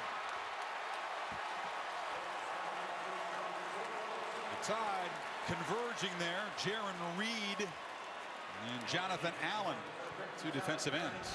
But if you look at this initially, it looks like the pressure is coming from here. But in fact, he drops and the pressure comes from here. And it caught Stave. Also, it catches the offensive line by surprise. So a little bit of a zone pressure there. And when Alabama knows you're going to throw, they are going to change things up and challenge the communication between that offensive line. 3rd and 16. Screen. Ogunbowale hit for a loss as Reuben Foster was all over him. And the Badger offense goes backwards after the penalty. Reuben Foster is out there because of his athletic ability and the way he can play in space. It's an area that Alabama is really focused on getting better with the linebackers, being able to make reads like this and then get right through the blocks and be able to close in on the receiver. Great job of recognition and then the speed to accelerate in the open field by the Bama linebacker Foster. Serious explosiveness by the junior from Auburn to get the ball carry. A very low punt may have been deflected, bouncing around, and the Badgers avoid a disaster and down it at the 43. Let's see if that did get deflected. Came flying in there on Meyer. Buckeyes and the Hokies, the Bedlam of Lane Stadium over on ESPN. 8 o'clock on Labor Day night. We invite you to join us there. I think he felt the pressure and he stopped following through. I don't know if anybody actually touched the football. Watch his right leg as it comes through. He's feeling it. He just kind of stops it. Should have kept that leg up and fallen down. It was just a skull 2-iron there. It wasn't touched at all. They got a pretty good roll out of it, though. Bama finally has good field position, and Coker immediately looks downfield, loops the ball, and incomplete. So they've taken a couple of deep shots, but they haven't been able to convert. Ardarius Stewart was out there, and again, Shelton in coverage. Interesting call by Lane Kiffin. First play, they go right after Dakota Dixon, who is in there for the leader, Caputo. He's out there in coverage by himself. Alabama feels the favorite throw that Coker has, like a lot of big, strong-arm quarterbacks, is throw it as high and as deep as you can and let the receiver run underneath it. That time, he may have let go of that one a little bit late, and he underthrew it, but he was open. Henry. A burst up the middle. Derrick Henry. His second touchdown tonight.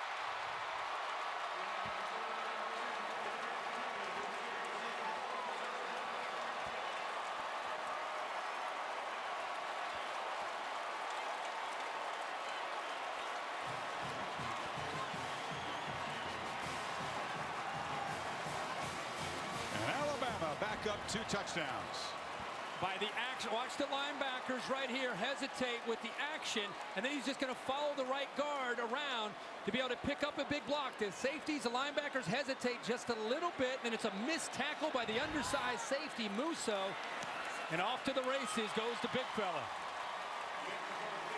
Henry averaging more than 13 yards on his 10 carries tonight, and a couple of touchdowns, and the Badgers are in a 2-touchdown hole early third.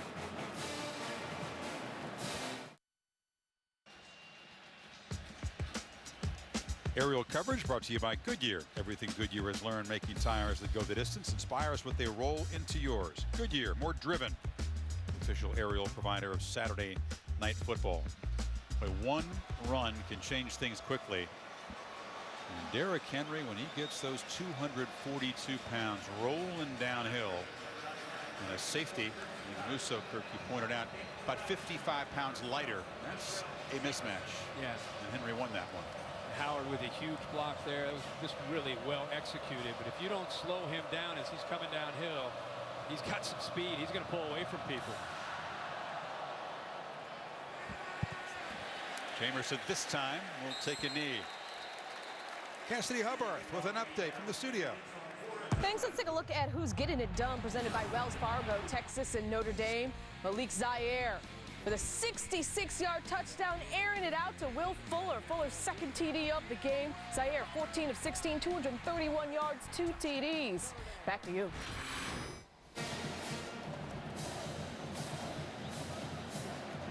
Irish are getting it done fast and furious, scoring against the Longhorns. Team that is struggling on offense tonight.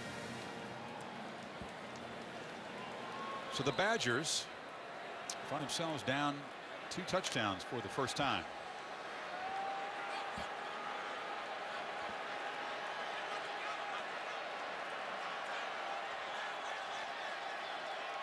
Corey Clement has yet to break free. They fake it to him and now throw it short, and the catch is made by Derek Watt. He's been held in check very well tonight. Eddie Jackson on the tackle. Again, I'm just a big fan of that 1st and 10 play action pass, dumping it out to Watt. I think it breaks that tendency to run the football. You're not having a lot of success on 1st and 10, and it's just so important, especially on this drive, to give them a chance. Gets them to 2nd and 6.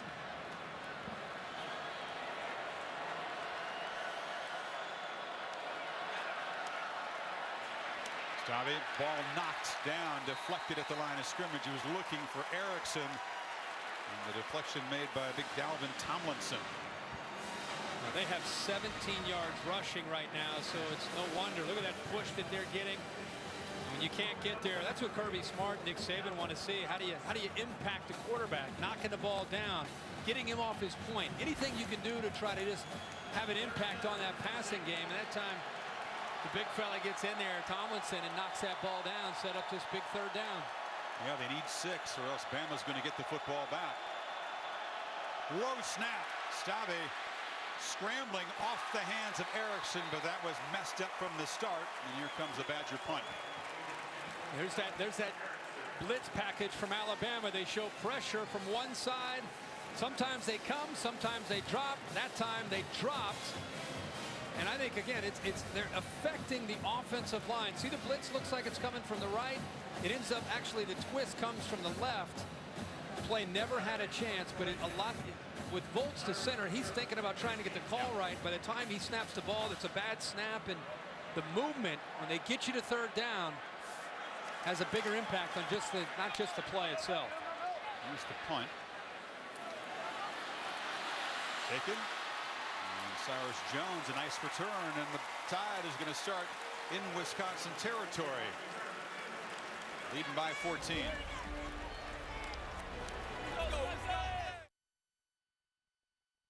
Welcome back to the Dr. Pepper Championship Drive Game of the Week.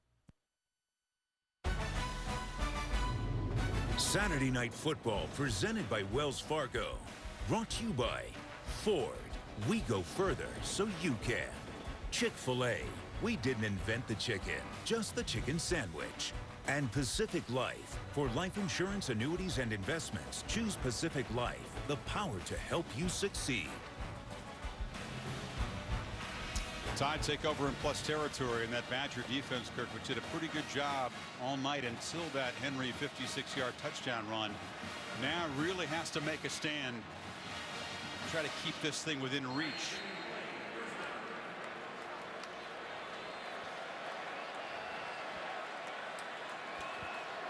It's Drake coming in motion. Coker fakes it to him and now fires, and another catch along the sidelines. A flag comes out as Mullaney collected it near the 30. Signaling against Wisconsin. So they'll take the play. Offside, number 47, defense. The penalty is declined. The play resulted the first down. So Vince Beagle got in there too early. It's a different offense without Blake Sims. You're going to see the motion come here. Here's your receiver where he shows like he's going to block, and then he just slips down. It's another way that Lane Kiffin wants to try to exploit this defense. Show and block, gets behind the coverage, and a nice little bubble there. It's, again, mixing in the power running game with this passing attack. Coker again looking downfield. Not a runner, but has plenty of room and takes off and dives for a first down at the 21. First time he's run the football tonight. He shows some athletic ability. Watch the running back, Derrick Henry. Boom! Right there. He takes on that blitzing linebacker, and that's what gave him enough time. And then Henry doesn't give up on the play from T.J. Edwards. The running back's bigger than the linebacker in that case. Pads popping there. Now Henry hammers forward again for a nice first down. You know what's great about that is Derrick Henry is going to get most of his attention from the media and from us about running the football. You know, you score touchdowns and you pull away from people. That's what people talk about. It's another, there's that block by Howard, frees him up, and there's the speed for the big guy. But he also willing to get involved in pass protection, really just becoming a complete back, which is what they need. Numerous flags before the snap. False start, number 94, offense. 5-yard penalty, second down. Put a ball on the tight end.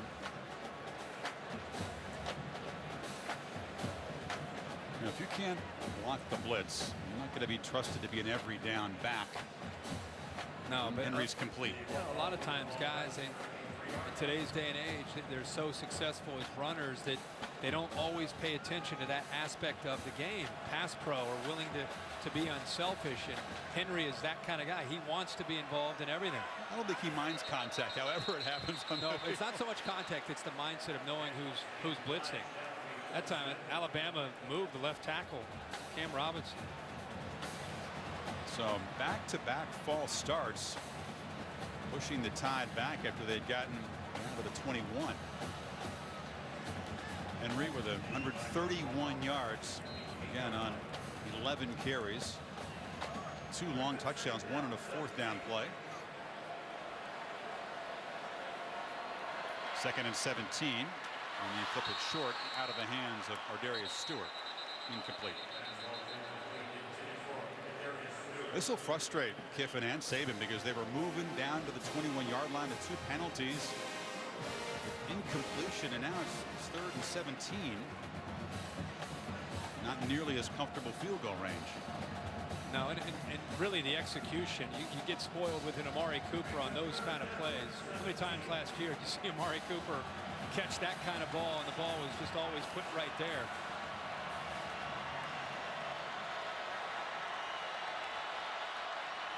Drake, a 3rd down run.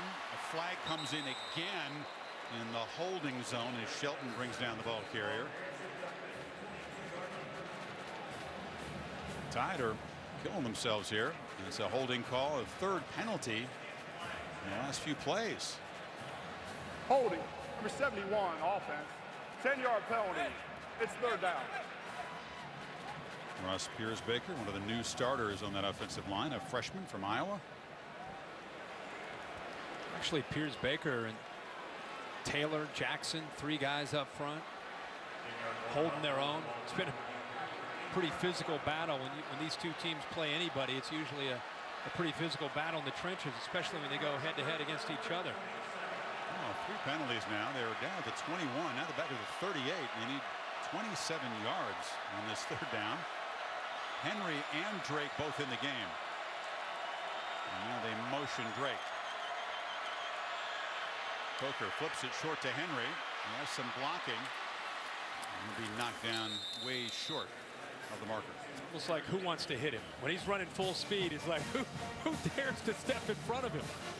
It's like the big guy. I always say those big backs are like the big guy in 8th grade out on recess. He's running free, and somebody's got to jump on his back. They did get back into field goal range there. They did.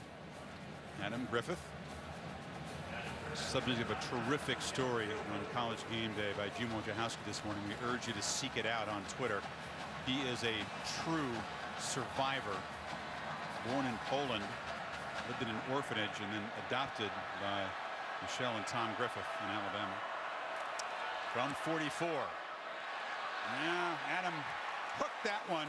He was very reliable for most of last season, so disappointment there. But perspective, no doubt, given what Griffith has been through. So the Tide still up by 14 midway through.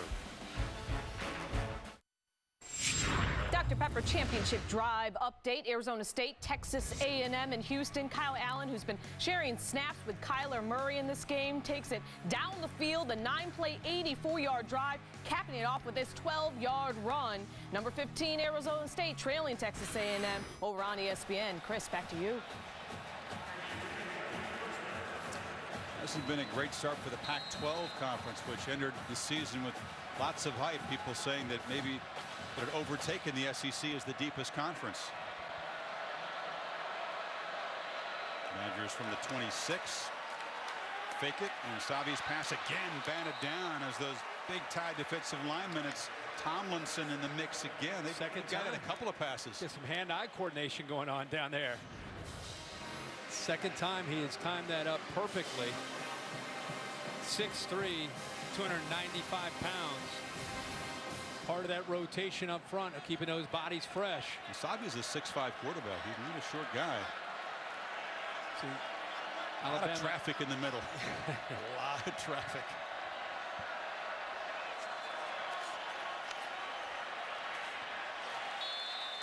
On the Alabama sidelines, Kurt, Cooper Bateman, the sophomore from Utah, is warming up. We thought we'd see him. He brings a different skill set, a little more mobile. He's actually the holder. And our kicker in the booth, our spotter Mike Black, going crazy because he thinks that Bateman didn't spin the laces away from Griffin. He's putting that on the holder, that last miss. And I think Blackie's pretty accurate, but Cooper Bateman may get a chance to go out there and take some snaps as a quarterback for the first time in his career at Alabama. He's been a very reliable holder, but he's waited to play quarterback, and we'll see if he gets a chance. Remember, Volts, the center, trying to communicate where's the blitz coming from. Everybody be on the same page. Erickson had it off his hands. Well defended there by the true freshman Fitzpatrick. 4th down.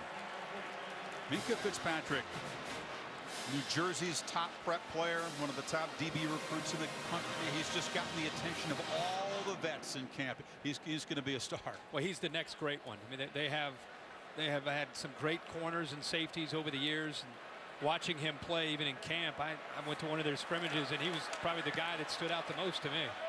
He had some funky punts and some missed kicks tonight. Meyer gets a pretty good punt, and there's excellent coverage as Cyrus Jones is spun down at the 33. This week on ESPN's Sunday Night Baseball, National League playoff race heats up. Pirates face the Cardinals. You talk baseball, Kirk. You love the pennant race. Well, I'm a National League Central guy, being a Reds fan, but baseball season ended for me around the middle of May. It's been a long summer for me as a Red Legs fan. You want to talk about being a Rockies fan? and before May, I think. They can hit the ball, right? Just can't pitch. They got part of it down. Well, Coker's still going to go in at quarterback, so we'll wonder if Bateman was just being optimistic in warming up. We'll see him. But Coker hasn't the done intent anything. was to play two quarterbacks. Yeah, but Coker really hasn't done anything to make you say, well, they got to give the other guy a shot. But at some point, it wouldn't surprise me to see him get out there. That's a little pop pass, and this is Drake. Breaks a tackle, gets the edge, and you can see the explosive skills of Kenyon Drake. He's going to be marked out at the 47. Watch 74, the left tackle, get out front and lead this. You're going to see a great look at it right there. He's 10, 15 yards downfield, and that's a different feel when Drake gets the football. I mean, we got to go back and look at that. I'm telling you. Oh, man. It's a road grader. He was 20 yards downfield. Orlando Pace style. That's what it reminded me of, yeah. Well, he's going to be playing on Sundays for a long time. Cam Robinson, just a sophomore. But a freak, just born to play left tackle, right? First down as the Tide try to choose some clock and build the lead. Play clock was at 1 when they snapped it, and Drake is going to be stopped for a loss as a flag comes in. Coker's pleading his case. Well, we're just about to brag about Cam Robinson, and he actually grabbed a Wisconsin defender around the neck that time. It is holding. We praise the big fella. You got to call their name when he called for holding too. Holding, number 74, offense. 10-yard penalty. Replay, first down. Maybe he was winded from going 20, 25 yards downfield. Is that a new thing? We put their face and name up there for a penalty? Jack, he's right here. Looks like Sitchy gets inside of him. He just grabbed a hold of him.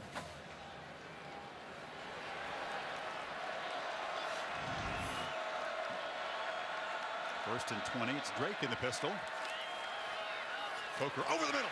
Howard, the tight end, running free and diving for a first down at the Badger 40.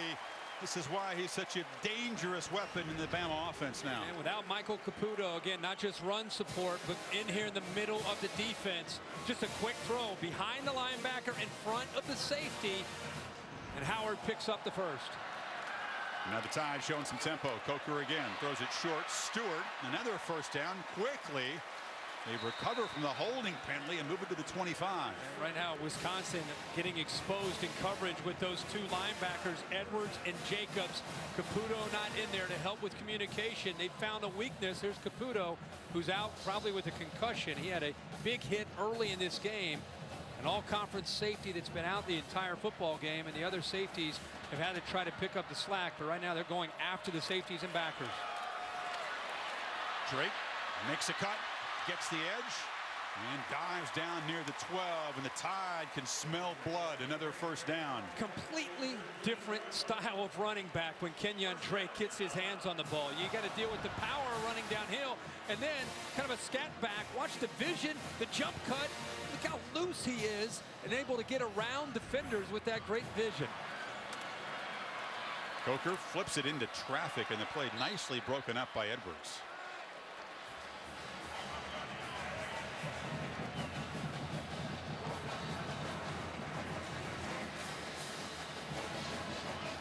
Alabama offense, as you pointed out, Kirk, was so much to replace from last year, but you can see that besides Henry, which we expected, a big game, and Drake, the playmakers are still there. It's up to Kiffin to find mismatches and use them. Henry breaks a tackle, powers down inside the 5. It'll be first and goal. They are moving bodies all over the place. and it really affects the eyes of the defense. And then you've got to deal with, by the time you figure it out, it's Derrick Henry running downhill right at you as a linebacker. And they're running quickly. In the pistol on 1st and goal. Henry again, looking for the hat trick, and he gets it. Bama up by 3 scores.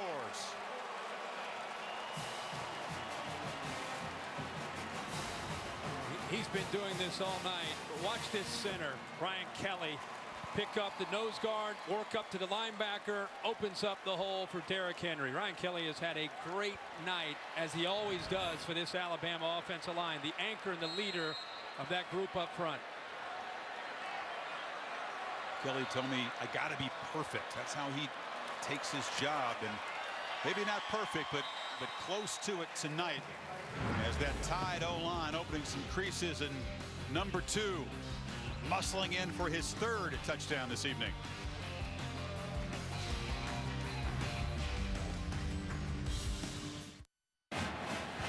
Celebrating its 11th year sponsoring the Good Hands Field Goal Nets, Allstate makes contributions to the participating universities' general scholarship funds for each field goal and extra point kicked. To date, Allstate has contributed millions in scholarships. No field goals tonight, 2 missed, but a bunch of touchdowns for the Crimson Tide, 3 of them by Derrick Henry, the junior out of Florida, the guy who rushed for, only 46-21 his senior year in high school. That's it. In the end zone, Jamerson's had no success as a returner. Finally, he's going to get loose. This is the best kickoff return for either team tonight. Now across the 30. Let's take a look at this week's AP rankings, brought to you by Goodyear. Of course, the preseason top 10. Ohio State, a unanimous number 1. That had been unheard of. And we'll see them in 2 nights in Blacksburg. Alabama came in preseason number 3, even with all the question marks on this offense. TCU escaping at Minnesota. Baylor got a battle for a while before pulling away against SMU. Quick your reaction on what we've seen from the top 10 in a minute here, as the Badgers now face serious urgency. 5:08 in the 3rd quarter, and Stavi's going to look downfield, loops the ball for Watt, but he was well covered, too well covered, as a flag comes in. It was Sean Dean Hamilton, the linebacker, in coverage, and Bama's claiming it was a push-off. Offensive interference. Saban out on the field to plead his case. Pass interference. Defense number 20, 15-yard penalty. Nick didn't win that argument.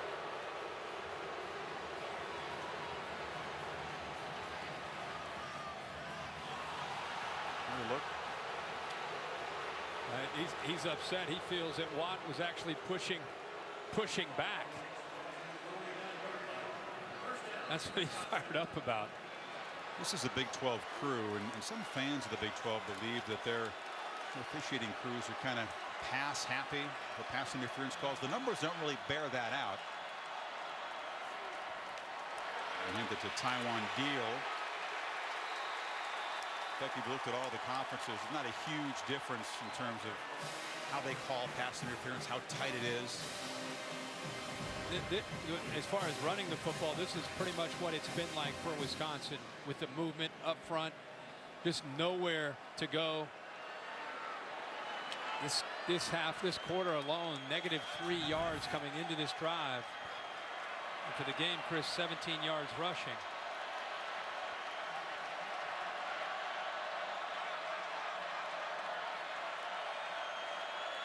Second down throw, short again. Watt makes the catch, breaks the tackle, 2 yards short of the marker. It'll be 3rd and 2. It's hard enough to move the ball against this Alabama defense tonight for Wisconsin, but when you get down like this, they know what's coming. You know, they're sitting over there. They're thinking about, okay, how can we get pressure on Stavi? That's all they're thinking about, and Paul Chryst knows that. So it's all about not just trying to complete a pass. It's about getting the ball out of that quarterback's hands as fast as you can and execute it. The Badgers got the ball, Kirk, to begin the quarter, down only 7. They've had 5 yards total offense in the 3rd quarter. You need 2 here. Ogunbowale is the back. You fake it to him, some confusion, nearly a collision. Now he collects the short pass And Ogunbowale inside the 40 nearly knocked his quarterback. Well, the quarterback, I think, wanted to maybe get around the edge. Bumps into him, little miscommunication. He wanted to get outside of it, but he's still able to regain his balance and get the ball out into the flat. He also had Erickson downfield. It's about the only consistent success they've had is the backs up against the linebackers in man coverage. And even then, they really haven't gotten through for big gains. No, I mean, you're talking about a 4 or 5 yard gain. It's play action on first. Then again, they flip it short. It's Watt, and another very short gain. They just close it down quickly. That's Marlon Humphrey, a corner on the fullback. Without a true vertical threat, without somebody that can get downfield, and they hope as the year progresses that maybe Tanner McElroy can become that guy. But we've not seen much of an opportunity at all tonight against this Alabama secondary, and because of that, it just makes it so much easier for Bama's defense to focus on those underneath routes. So you might catch it, but you're going to gain 2, 3, 4 yards. I'm surprised that McEvoy hasn't had an impact. He's been nursing a hamstring. Maybe that's one of the reasons. But we thought we'd see him used as a weapon tonight. Stave fires across the middle. Catch made. It's a first down inside the 25-yard line as they get it to Traylor, the tight end. It's his third catch. Time the linebackers cleared out with all those underneath throws. Reggie Ragland and the Alabama linebackers took all those routes, and it opened it up, and he had enough time that time to get the ball thrown behind them to the tight end Traylor. So a drive that for the Badgers almost has to result in 7 points. They move the chains. Stave straight back again. A very short flip to Ogunbowale. They've done that so often, as you pointed out, on first down, get 4 or 5 yards with a short pass. Yeah. Bama's going to become a different defense. You see the changes that they make right now. You get inside that red zone, and you're going to start to see more and more defensive backs in the game. Talk about a defense that was embarrassed by Ohio State. The Buckeyes ran for 281 in the Sugar Bowl. Wisconsin tonight has 17 rushing yards. Stave. Some miscommunication as Fumagalli, the tight end, hadn't turned around, and Eddie Jackson was in tight coverage. So it's third down. Yeah, they brought both the 2 inside linebackers. The first time we've seen the big guy, Ashawn Robinson, get pressure. 86. 2 linebackers coming up the middle. Right through there, and then you see Robinson right here, the big guy, 86, who probably gets his most recognition of any of the defensive linemen. Stavi's sitting right in there, and these receivers, again, he doesn't have a lot of time to hold on to that football. You better get your head turned around as quickly as you can. Tide have 2 sacks, but they're beginning to get consistent pressure now on Stave. Showing a blitz look on 3rd and 6. Here they come again. Gets it away. One-on-one coverage on the outside, and again can't get it to McEvoy because Cyrus Jones was all over him. Well, he wanted to actually throw that as a back shoulder fade, where the receiver knows when the ball is coming. Watch the eyes of McEvoy, the receiver. He's waiting for the ball to be thrown, but instead of being thrown closer to the sideline, he throws it into the middle of the field, and it made it easy for Cyrus Jones to just knock the ball away. So a field goal attempt. Gallinone 0 for 1 tonight. Hit the upright just before halftime. That was from 34. This from 38. And a whistle before the snap.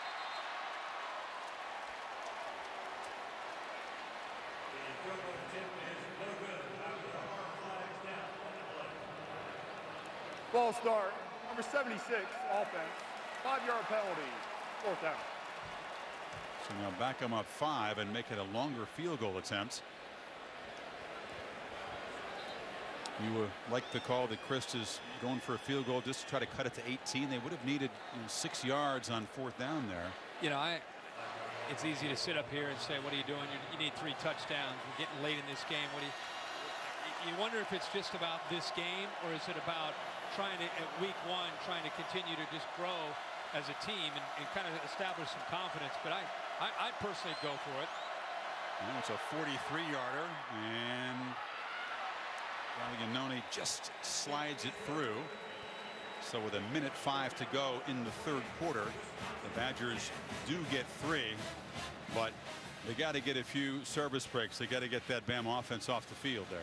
Impressive performance tonight to me by Alabama. This is a team that came in and had a lot of question marks on offense, and up to this point, Jake Coker has played flawlessly, not turning the football over, making good decisions, has been patient in the passing game. You combine that with the physical running of Derrick Henry, Kenyon Drake coming in to kind of give you a little spark, something a little bit different. We wondered who would replace Amari Cooper, who would replace T.J. Yeldon, who was going to replace Blake Sims. Well, tonight against a pretty good Wisconsin defense, they've really settled in, and have Lane Kiffin's put together a great game plan. Put it in perspective, Coker, again, the only quarterback in that 5-man competition that had any experience in a game. You know, came from Florida State, transferring with a lot of expectations that he could perhaps beat out Blake Sims a year ago. It didn't happen. It's been interesting. You know, if this guy had played like this, frankly, in scrimmages and taken care of the ball and made sound decisions, he would have been named the starter probably in spring. Yeah. There wouldn't have been this quarterback debate, but with the lights on tonight, he's done some good things. He's taken a huge step in the right direction. And the thing with him is you would watch him in practice, even in Florida State, and you'd be blown away by how big an arm he had and how big he was. And this is the first time we've had a chance to see him in a game and play the way he has. Drake from 8 yards deep will take a knee. Let's take a look at tonight's All-State good hands play of the game tonight. Got to give Ryan Kelly a lot of credit. I love to see him use those hands at the nose guard and then up to the linebacker. Then that last touchdown, same thing. Work the nose, climb to the second level, get that linebacker out of the way. And Derrick Henry's got to love having Ryan Kelly, the experience that he brings to the table, and knowing every single time. You said he's a perfectionist. The guy that gets to have the rewards is not just Kelly, but of course Henry. Remember, he got hurt against Ole Miss, and they really struggled to run the ball when Kelly wasn't in there last year. Now we are going to see Cooper Bateman. He's a sophomore, Murray, Utah.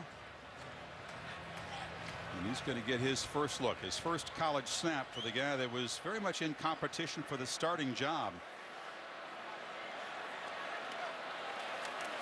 And he's going to get a chance. You know, he's going to pull it down, and now you can see the element that he brings in the game. He's got a little burst as a runner. And you know, this is not just mop-up duty. Up 28-10 here, still in the third quarter, Chris.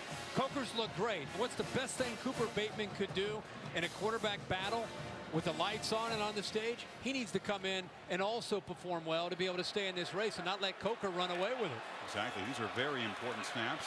This time they give it to Drake. Bateman comes from Cottonwood High School, which is the alma mater of Gary Anderson, of course, who coached the Badgers the last couple of years and took off for Oregon State. Sports program out in Utah. You're going to see a different attack with Cooper Bateman because of the mobility that Chris and I have talked a lot about tonight. They'll get him on the edge. They'll move him, roll him to the left, roll him to the right. He can pull out down and take off, but he can also hit those level routes that Lane Kiffin likes so much. Final seconds of the third quarter. When they've run 2-minute drills in practice and in scrimmage, it's Bateman who's done the better job, and he seems to be 25 seconds.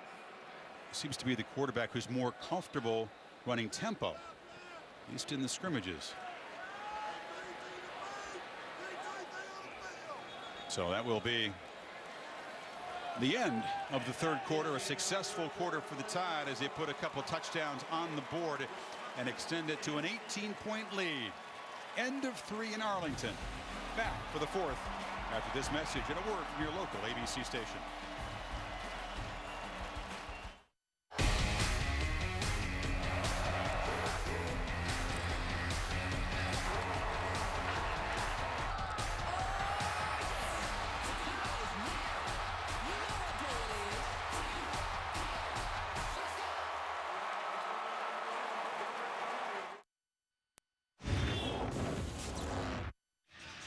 Well, they gave equal time to the soundtrack here before the fourth quarter. Sweet Home Alabama played first, and then they're playing Jump Around, which is the Badgers' third quarter anthem at Camp Randall. Although I'm seeing quite the same enthusiasm from the folks in bright red that we see at a home game. Exactly. Badgers run beaten at home last year, but just 4-3 away from Camp Randall. in an 18-point hole as we start the final quarter. And Alabama going with Cooper Bateman here as he continues his first series and hands off inside. And Drake took a huge pop and got knocked backwards. He ran into something very sturdy in the middle. It might have been his own man, Ryan Kelly. I think you're right. Yeah, I think he got pushed back by the defensive line, and Kelly's been wearing out Wisconsin's defense. This time he wears out his own running back. A lot of good blocks and a tackle for the center now. He's all over the field.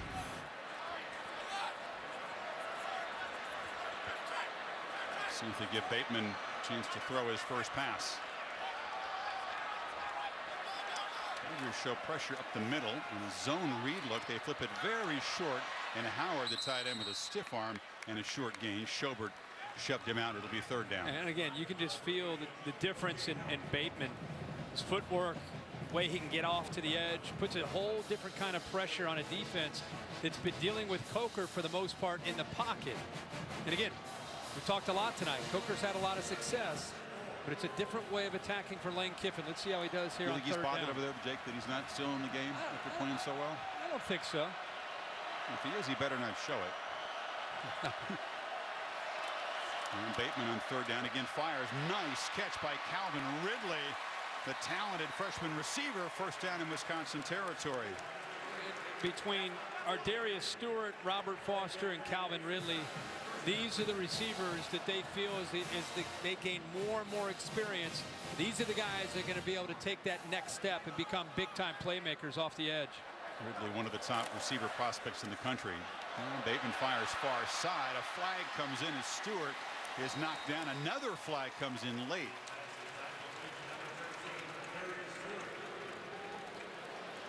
Moving the chains. This is going to be on the Badgers. They just pick it up. Yeah, I think they picked it up. And he got that ball out, and that's built into the package where if they feel like they've got a matchup and that spread look, Lane Kiffin instructs his quarterbacks, if you see a one-on-one matchup, you got a blocker for the other receiver, go out there and throw the football and just give him a chance. Amari Cooper made a living on that last year with Blake Sims. And then when the game at tailback is another true freshman, Damian Harris, a five-star recruit from Kentucky, and the Alabama team will take a timeout. There was some confusion in the huddle. So the first drive of Cooper Bateman's college career as Bama tries to add to an 18-point lead.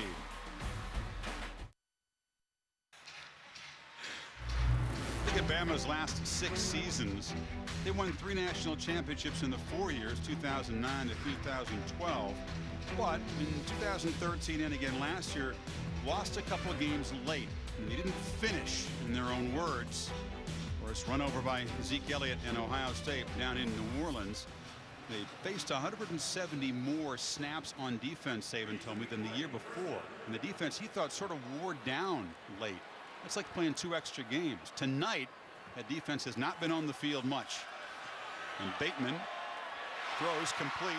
Ridley knocked out of bounds. Tide fans hoping they see Bateman to Ridley a lot in the years to come. Again, Bateman, play action, get him on the corner, get him on the edge, away from some of that pressure, a different look. This is where Lane Kiffin brings the formation in. Everybody was in tight, and then it allows him with the play action, the bootleg, to get out wide. This is kind of a staple in a Lane Kiffin offense, whether at USC or anywhere that he has been. And that time, nice job of getting outside, away from the pressure, and then the throw. You can see what they like about Cooper Bateman. High percentage throws, Kirk, but he's 4 for 4 to start his career. Now this is Ridley in motion. We'll try to see what the freshman can do in a game. He's obviously impressed on the practice field. Yeah, he's had some chances. You know, speaking of freshmen, Damian Harris, who the coaches really like, 34, has had a great camp. He is now in the game as well. And I think, based on what I saw of him in a scrimmage, as this season goes on, as good as Henry and Drake are, don't lose sight of the importance of Damian Harris. I think he could become a real player. You know, he's a true freshman in this offense and somewhere fit into the rotation. He's a running back that Urban Meyer really wanted for Ohio State. And they tackle him for a short gain. We're seeing a lot of the young guys for Alabama who are part of these highly touted recruiting classes now get some game action with the lead at 18. 3rd and 7. Drake replacing Harris. Harris had a knee injury his senior year, but a very productive career. One of the top running back recruits coming out. Spent the last 3 weeks going up against the #1 Alabama defense. He's probably looking forward to the regular season, getting away from that front 7.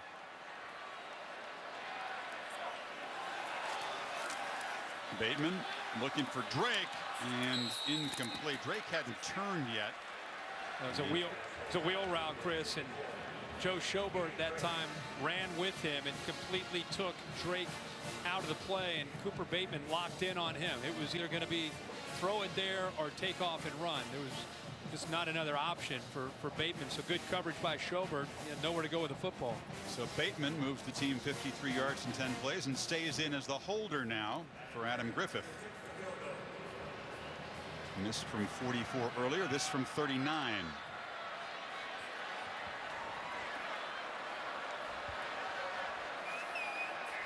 Play clock is at 2 as they get it down. They missed the first one left. This one is just wide right.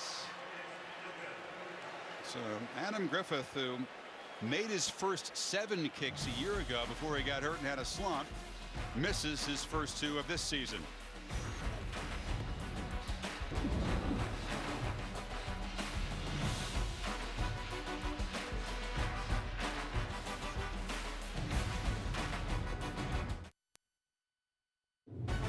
Saturday Night Football presented by Wells Fargo. On your phone, online, on the go. Wells Fargo makes it easy to get banking done. Buick, proud partner of the NCAA. And Pacific Life. For life insurance, annuities, and investments, choose Pacific Life, the power to help you succeed. Our Dr. Pepper Championship Drive game of the week. The lead is still 28-10 for Bama. We got folks in a lot of houndstooth on one side. We saw the red and white stripe overalls over on the Wisconsin side. It'll be the second meeting between these two schools. The first 87 years ago in Madison. That was a Badgers 15-0 shutout. Stave wanted to look downfield, now flips it over the middle. A low throw, and it bounced before it got to the receiver there. Dalvin Tomlinson, who's batted down a couple of passes, was in there pressuring. One of the things we always look at with big-time college football is people love to argue the SEC, the Pac-12, the Big Ten, and really all you have to go by is the postseason and the non-conference schedules that these teams play. And we'll have to see how everything tallies up at the end of the night. But this is a Big Ten SEC matchup, and we saw some of that in the postseason last year, where Wisconsin played well against Auburn and Ohio State played well against Alabama. But tonight, Alabama sending a pretty good message to a team that many people think will get to Indy. Stave hit and hammered. Pressure from the freshman quarter, Minka Fitzpatrick, and then the big fellas cleaned it up. Yeah, they do a good job of bringing the pressure off from the right. I'm telling you, this guy is going to be a superstar, the next great corner. They've got him playing nickel now because of this.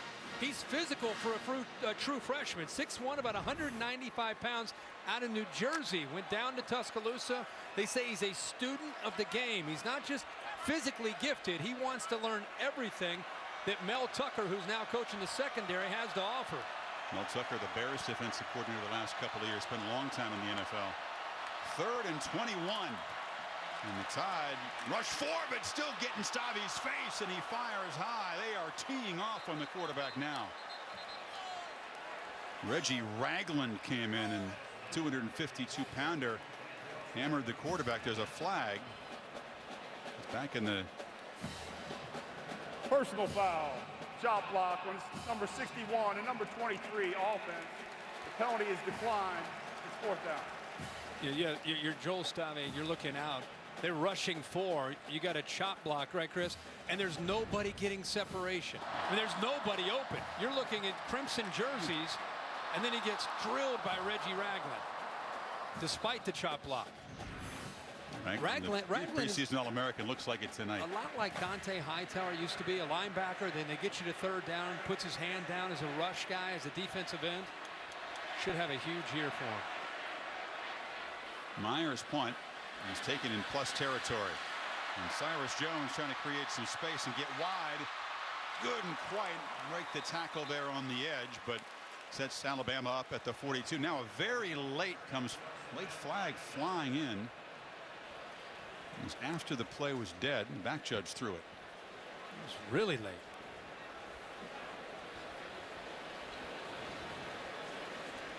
Ragland told me he was really looking forward to this kind of game. After the play was over, unsportsmanlike conduct, number 14 of the kicking team. 15-yard penalty. First down, Alabama. Timeout. Because it's a physical test that Wisconsin provides. He prefers this to those spread offenses, and he's shown why tonight. Gone from daylight to nightlight, the Goodyear blimp. Everything that Goodyear has learned making tires that go the distance inspires what they roll into yours. Goodyear, more driven. The official aerial provider of Saturday Night Football. Begin to reflect on some big picture stuff, just what the opening Saturday and opening weekend so far of the season has meant. Alabama, after that penalty, the dead ball foul after the punt, has the ball at the 27-yard line, trying to build on the lead. Second possession for Cooper Bateman. Nice drive the first time, but field goal attempt just missed.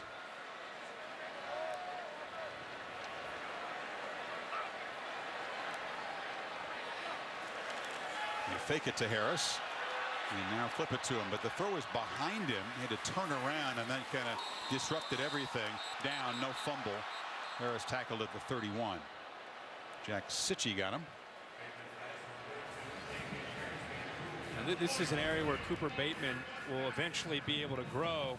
He's got a receiver coming right over the middle of the coverage, and he gets back and he's looking left, and he comes off of him too early. You can see right here, you make that throw right there, you've got a big gain. He just came off of him a little bit too quickly, and now you've got a couple white jerseys out there. That's just a misread, and again, being young, he'll go back and look at the film and learn from it.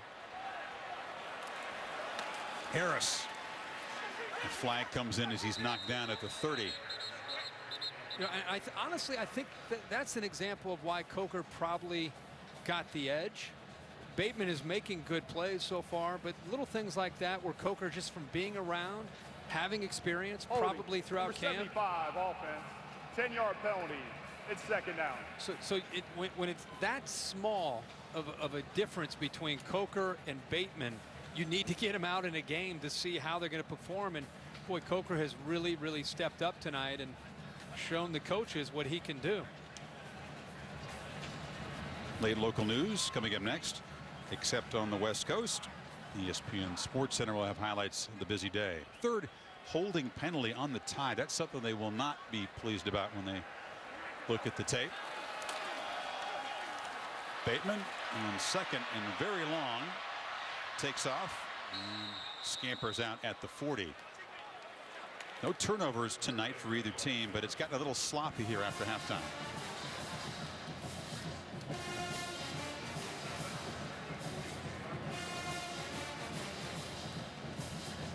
There's so much talk coming into this game about the quarterback position, and you know, in Alabama there's a lot of folks that try to read the tea leaves and get a peek at every practice and draw conclusions, and Saban was very secretive. They don't release really the stats of the scrimmages, Kirk. They didn't allow any of these guys to do any interviews before the opener.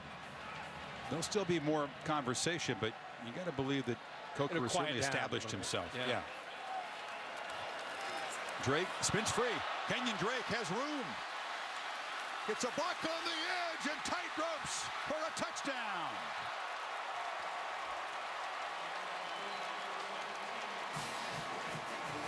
Hey, we talk about Drake and how he's got a burst and he's dangerous in the open field, but you know how that play started?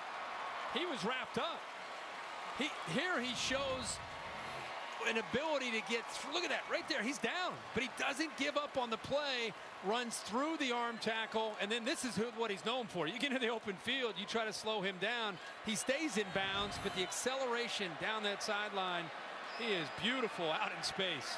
It came on a 3rd and 26. They get a 43-yard touchdown run. So after Derrick Henry scores 3 times, his backfield mate, the senior Kenyon Drake, joins the party, and the Tide are rolling now up 25.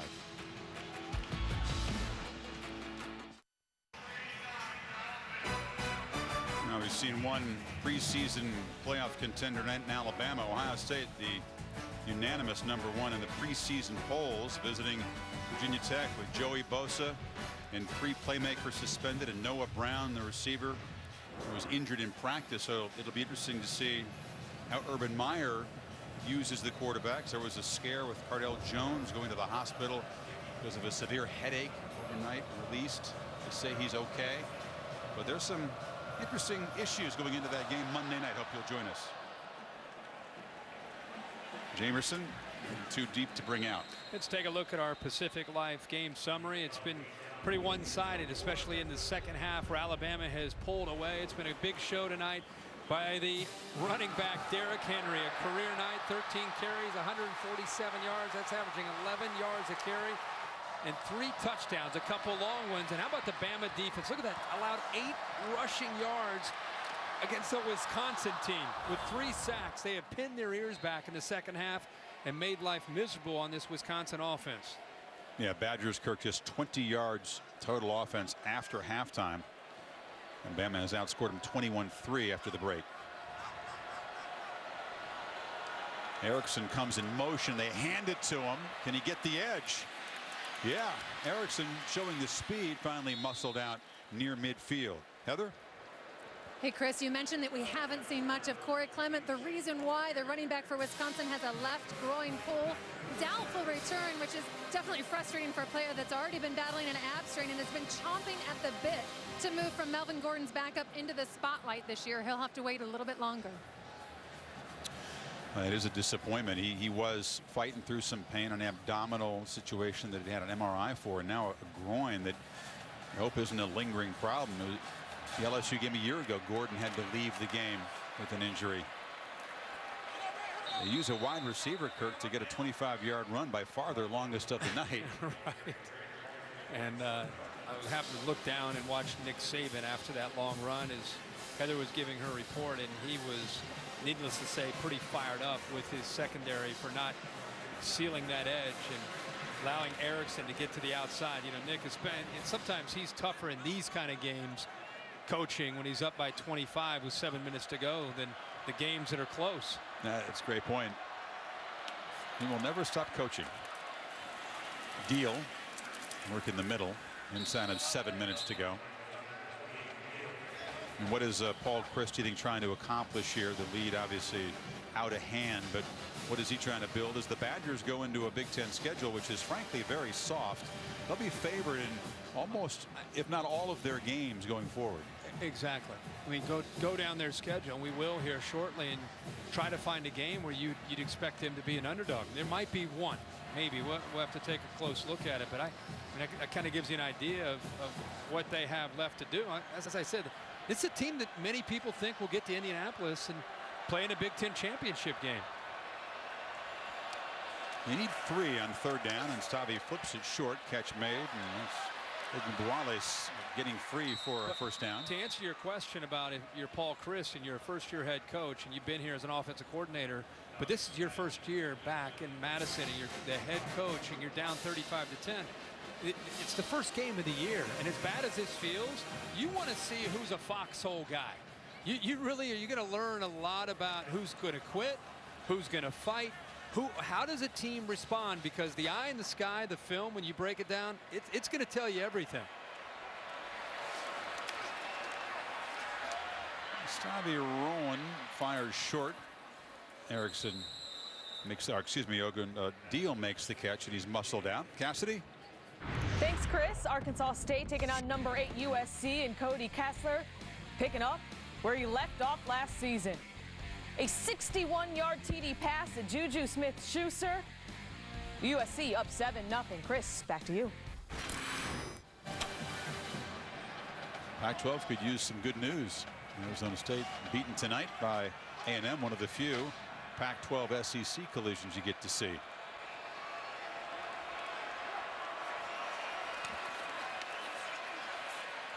Stave files far side, and the catch is made. It's Jazz Peavy, a sophomore, making his first catch of the night inside the 15. Well, there's the arm strength and what the coaches really like about Stave. To think that Joel Stave last year was just trying to kind of be able to complete a pass 5 or 10 yards downfield, and now look at that throw. I mean, you're at the right hash, and you're throwing about a 15 to 18 yard outcut towards the boundary. Plenty of arm from Joel Stave.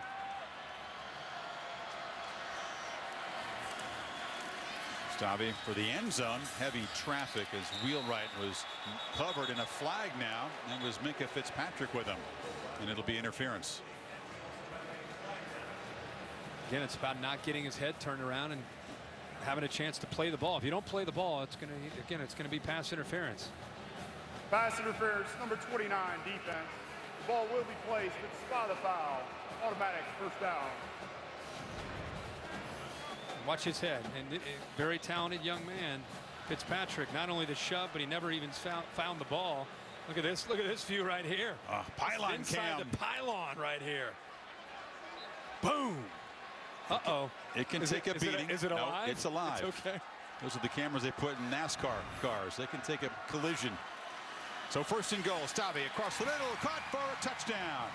See, that's what you figure out if you're Paul Chryst. You're not going to come back and win this game, but you like to see your team keep fighting, keep playing to the end of the game. And he just saw that in that drive right there.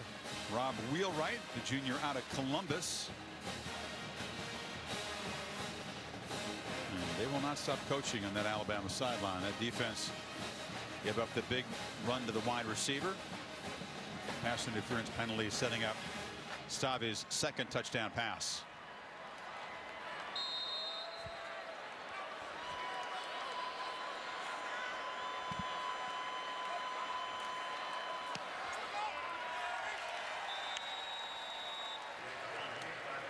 So Kirk, we have to avoid the temptation to conclude too much from an opening day, but as you said, there are so few chances sometimes for top programs in the power conferences to square off. So we'll take a look at the Saturday headlines, and Pat Fitzgerald was pumped up. His defense just smothered David Shaw's offense, and they win by 10.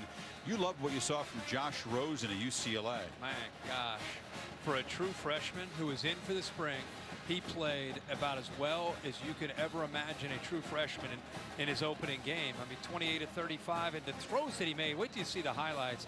BYU going on the road, a Hail Mary to be able to win in Lincoln. But Taysom Hill injured. Taysom Hill out for the year, a tough loss. But the Pac-12, Arizona State, a team that I thought could get to the Pac-12 championship game, maybe even the Final Four, losing today in Houston to A&M.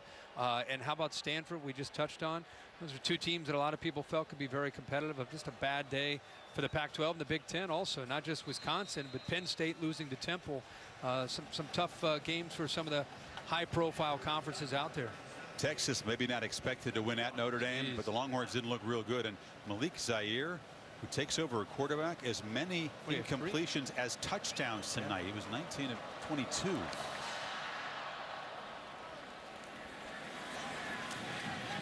Chris Black will bring it out for now. Just take a knee for the Tide and gets bumped into at the 7-yard line. After the Buckeyes and the Hokies on Monday night on ESPN is the premiere of Scott Van Pelt's nightly SportsCenter show at midnight or thereabouts, beginning Labor Day night over on ESPN. Getting back to Wisconsin, they'll have 3 home games: Miami, Ohio, Troy, Hawaii, expected to be 3-1 going into the conference schedule. Iowa is the Big Ten opener. They come to Camp Randall, but the other games on Wisconsin's home schedule: Purdue, Rutgers, Northwestern. They visit Nebraska, which is going to be huge in the West. But they don't play anybody from the East. Miami of Ohio favored. Troy, Hawaii, Iowa at home, at Nebraska. So far favored every game. Purdue at Illinois, Rutgers at Maryland, Northwestern at home. maybe at Minnesota, rivalry game. They're going to be favored in every game they play after tonight. Bateman still in the game, and Harris shows some muscle, some hard yards. You know, the FPI, the Power Index, gives Alabama the toughest schedule in the country preseason. Middle Tennessee not a big part of that. They have Ole Miss. That's a ESPN primetime game. It's the SEC opener. Of course, that was a payback opportunity for the Tide after the loss in Oxford. But look at that. Ole Miss, at Georgia, Arkansas, at A&M, Tennessee, LSU, at Mississippi State, at Auburn. That's And if you survive that. Save will point out that the fans certainly do that a few Tide opponents have byes the week before they play Alabama, and you get into that gauntlet and face these physical teams. The byes, where they fall, become an important component of the schedule. That's a good point. And not to mention the bonus round, if they get through all that, they get to go to Atlanta and play in an SEC championship game. Not so fast, my friend. It's been very difficult to repeat as champion in the SEC West in I'm saying 20 years since if they never. No, I understand. I'm not saying you predict it, but it's just such a tough thing to do to even win the division back-to-back years and repeat as SEC champions. Got to give a couple decades. Right. By the way, I just got a text from Lee Fitting saying College Game Day in East Lansing next week for Oregon and Michigan State. You and I will be there as well. I'll be there in spirit. I'll be there in spirit. There's a tennis thing in New York that I'm going to be saying. Oh, yeah. Yeah, my bad, man. But I'll be watching. We'll see if Serena can get to the U.S. Open Women's Final. That'll be in the afternoon. But I will be watching in the morning and at night. You'll be dialed in. Tennis in. Serena's in the afternoon? Well, she's not there yet. Oh, she's there. She's Alabama. That's an afternoon final. The U.S. Open Women's Final. Whoever's in it is in the afternoon. I'll say she's in. That'll be fun, obviously. Who's she going to play? Azarenka still in it. There's been some on the other upsets. side. Yeah. Then who's going to be in the men's final? When's that? I'm not the prediction guy in tennis any more than I am in football. Federer, right? You know, you're going to have Murray and Federer on one side of the draw. Djokovic, obviously, the top seed on the other side. I'm fired up this week for tennis. I like those night matches from the U.S. Open. They're fun. I know. You told me you're a week 2 guy. I expect some texts. You'll have them. I'll be that guy Tuesday firing on. away at midnight. Okay. I'll be that guy watching.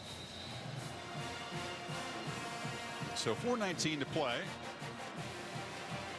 You certainly hope that out of this game, Michael Caputo, their captain, their safety, who dove in there to make a tackle on the second play and got a cut to his face, and you can see him right there next to his coach. We certainly hope that isn't a serious injury. He's going to get back on the field after they check him out, because that will be a key for this Wisconsin defense. Harris powering near the marker. They're going to spot it right about the 17 where he needed to get. It is a first down.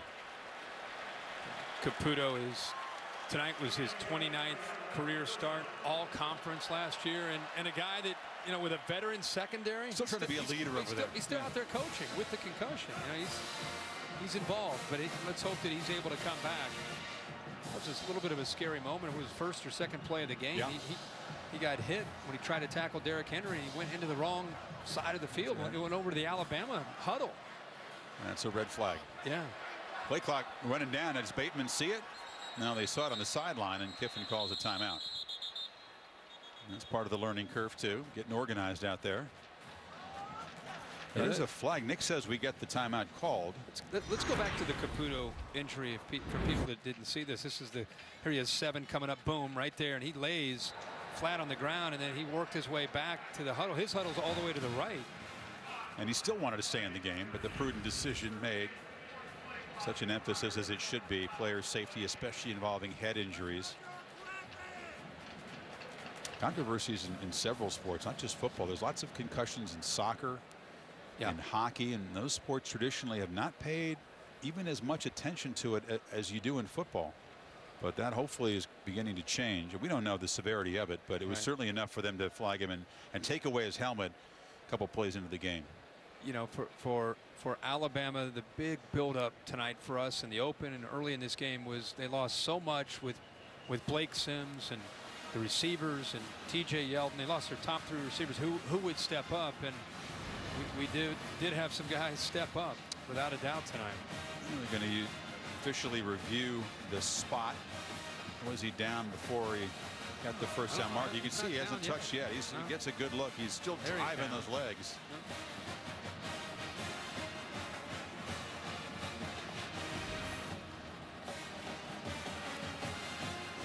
Jim Blackwood is the replay official.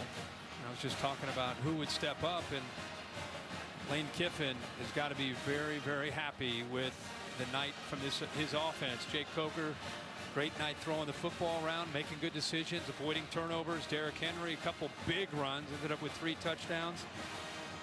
And I think the area where they're going to you're going to see the most growth if they're going to have a special year is going to have to be out at wide receiver with Robert Foster, the freshman Calvin Ridley, and also the sophomore Darius Stewart.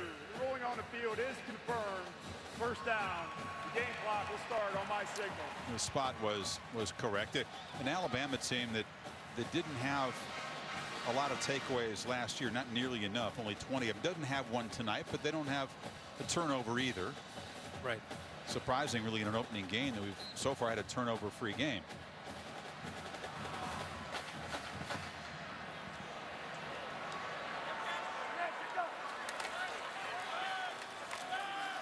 And flip it short, and the catch is made by Ty Forney-Smith, the tight end, and a nice gain. So they're making these very comfortable throws for Bateman. And if you think about Jacob Coker, you think about if he came into this game and laid an egg early, it would open up the door for Cooper Bateman. That's how much pressure was on him to perform well in his first start, as the guy's been sitting around for the last 3 or 4 years, and he stepped up and delivered with that pressure on. Cassidy Hubbard with the Ford wrap-up after the game. So if you're an Alabama fan, you feel a whole lot better perhaps about the quarterback position than you felt 4 hours ago. The Alabama coaching staff, for that matter. Yep.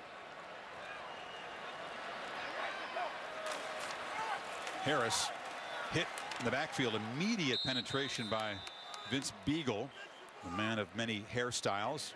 He carves that W in the side of his head. He said he's going to try a little something different every week here to keep the teammates entertained. He's the part of the personality of their defense.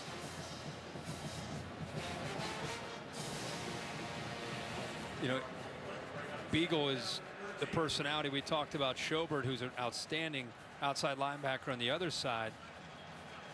He's kind of a little bit more low-key, but my man can throw it down when it's a slam dunk contest.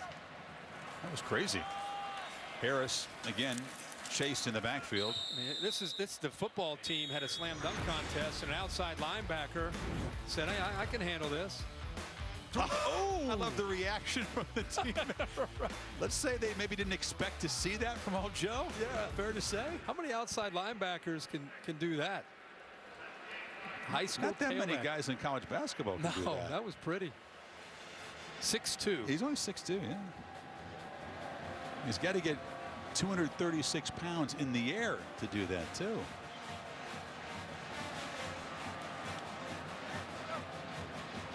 Now, we talked about they were in college game day location in the big game at Oregon and Michigan State. Top 10 battle on ABC in East Lansing. Notre Dame with some momentum off this performance goes on the road against Virginia. What do you make of the Oklahoma-Tennessee game? You actually like both those teams. You think there's not enough attention being paid to either one, maybe? And it didn't surprise me, to see Tennessee early have some struggles with Bowling Green. Oklahoma, we'll see. That game is, I think, pivotal for both teams, even though it's a non-conference game. Bama fans are going to be watching that LSU-Mississippi State game. Yeah, that's a big conference game there. The Oregon-Michigan State game's great. Both teams up in the hovering around the top 5. We enjoyed that game a year ago, watching that one. When Marcus Mariota led the Ducks back, Michigan State was playing well last year out at Eugene early. Harris again picks his way for a short gain. The Wisconsin defense still scrapping and fighting, and the starters are still out there. Well, you have to. Remember when we talked about you're evaluating constantly. Week 1. I mean, I don't care how good your week 1 is or how bad your week 1 is. It's week 1, and you've got to be able to get ready for week 2 and beyond. And You learn a lot about how your team handles adversity. That's really what makes a team become special, is when they get punched in the mouth and they come through it. You grow together as teammates and coaches when you go through some tough times, and you don't give up. We don't have preseason football in college football. Scott with the punt, and Erickson fighting hard to get to the corner. Mentioned at the top that AT&T Stadium will be the site of the Goodyear Cotton Bowl, which is one of the semifinal games. The other one is the Orange Bowl. We don't know the times yet. That'll depend on the matchups, but the focus here in Arlington and in Miami on New Year's Eve, and then Glendale, Arizona for the national championship game on January 11th. Not only do we not know the times, we don't know which one, right? We don't know which one's first. No, that's what I mean. Yeah, which one's first and second. Could be so used to the Orange Bowl over those years growing up, watching that one late at night.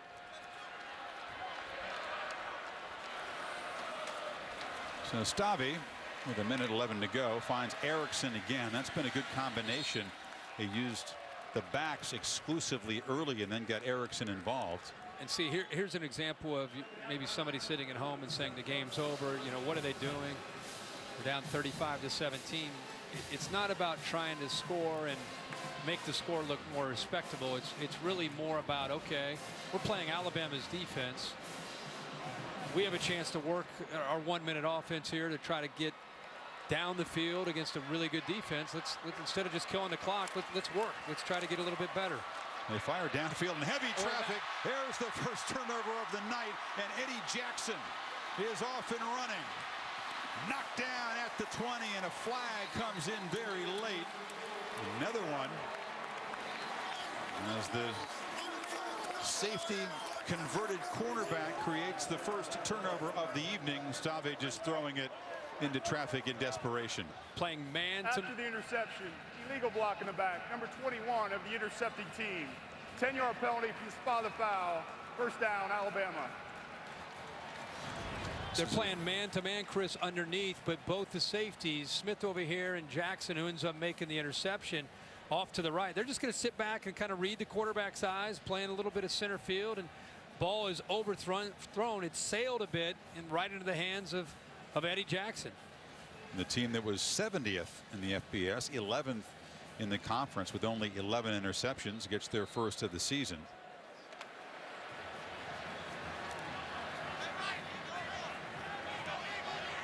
And now we're going to get a look at the third quarterback this evening. It's number 11, Alec Morris, junior from Allen, Texas. So they give the Texas native a few snaps here in the final minute in his home state. Harris is knocked down. That's a nice gesture. He was in there competing. In fact, many people thought that Alec Morris might actually win the starting job. Ended up running third in the competition.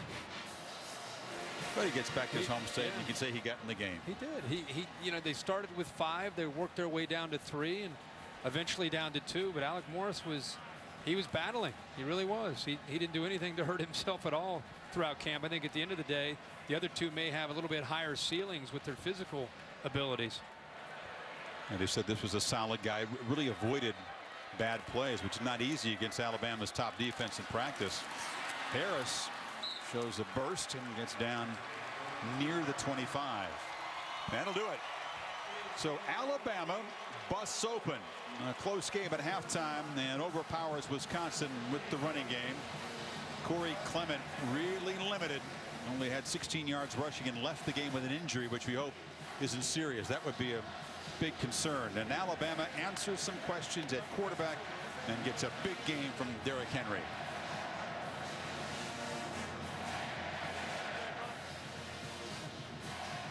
Let's go to Heather with Nick Saban. Chris, thanks so much. Coach, congratulations. What kind of tone does this win set for the season? Well, you know, I think that in a game like this, you know, you're always going to go back and say, where are we? Where do we need to improve? What are the things we did well? What are the things we need to do better? And there's certainly a lot of things that we could do better in the game. It was a great win for us. Wisconsin's got a good team. I'm really happy with the way our guys competed, and I thought we came out and played really well in the second half. And Coach, a big question mark throughout fall camp was your quarterback situation. You said you needed to see game evidence. So what's your takeaway now? Well, I thought Jake played very well. Cooper probably didn't have the same opportunities as he had, but really pleased with the way Jake played. He made good choices and decisions out there, and hopefully he'll only get better, and so will Cooper. And what are your thoughts on a two-quarterback approach moving forward? I don't have any right now. I'm just happy to win the game. And your defense certainly stepped up, especially in the second half. How did you basically render Wisconsin's running game useless? Well, our guys did a good job up front controlling the line of scrimmage. We made some halftime adjustments on the back coming out, kind of took that away and batted some balls down and put some pressure on the quarterback. So I was pleased with the way we played until we put the second team in. And I didn't think they competed very well, not at least to our standard. Coach, congrats on the win. Never satisfied. I love it. Thanks, Coach. And here's Corey Clement, who was really limited. Wisconsin not going to succeed very often, Kirk, when they have 40 yards net rushing, and 25 came from a receiver on one play. Next test for the Tide after a Middle Tennessee State game is going to be a home game against Ole Miss. And after last year, what a setting that'll be in Tuscaloosa with the Ole Miss, and off to a really good start today. But, Nick Saban just kind of summed it up. He's got to be pleased. He'll go back and look at the film. There are going to be a lot of areas he's very, very pleased, especially with the way the offense was able to step up. But the defense shutting down a Wisconsin team, I think as the year goes on, you'll see this Wisconsin team put some things together. But that was a great, great start for Alabama in a neutral site football game. Play to your strength, your defensive front, your offensive line, physical and fast running backs, and a quarterback that didn't make mistakes. Alabama begins what they hope will be a playoff campaign with a nice statement. 35-17 is the final. 8 o'clock on ABC. Kurt and Reese Davis will be in East Lansing as Oregon battles Michigan State in prime time. Interesting Big Ten Pac-12 clash. Time now for the Ford wrap-up show. And back to Cassidy Hubbard.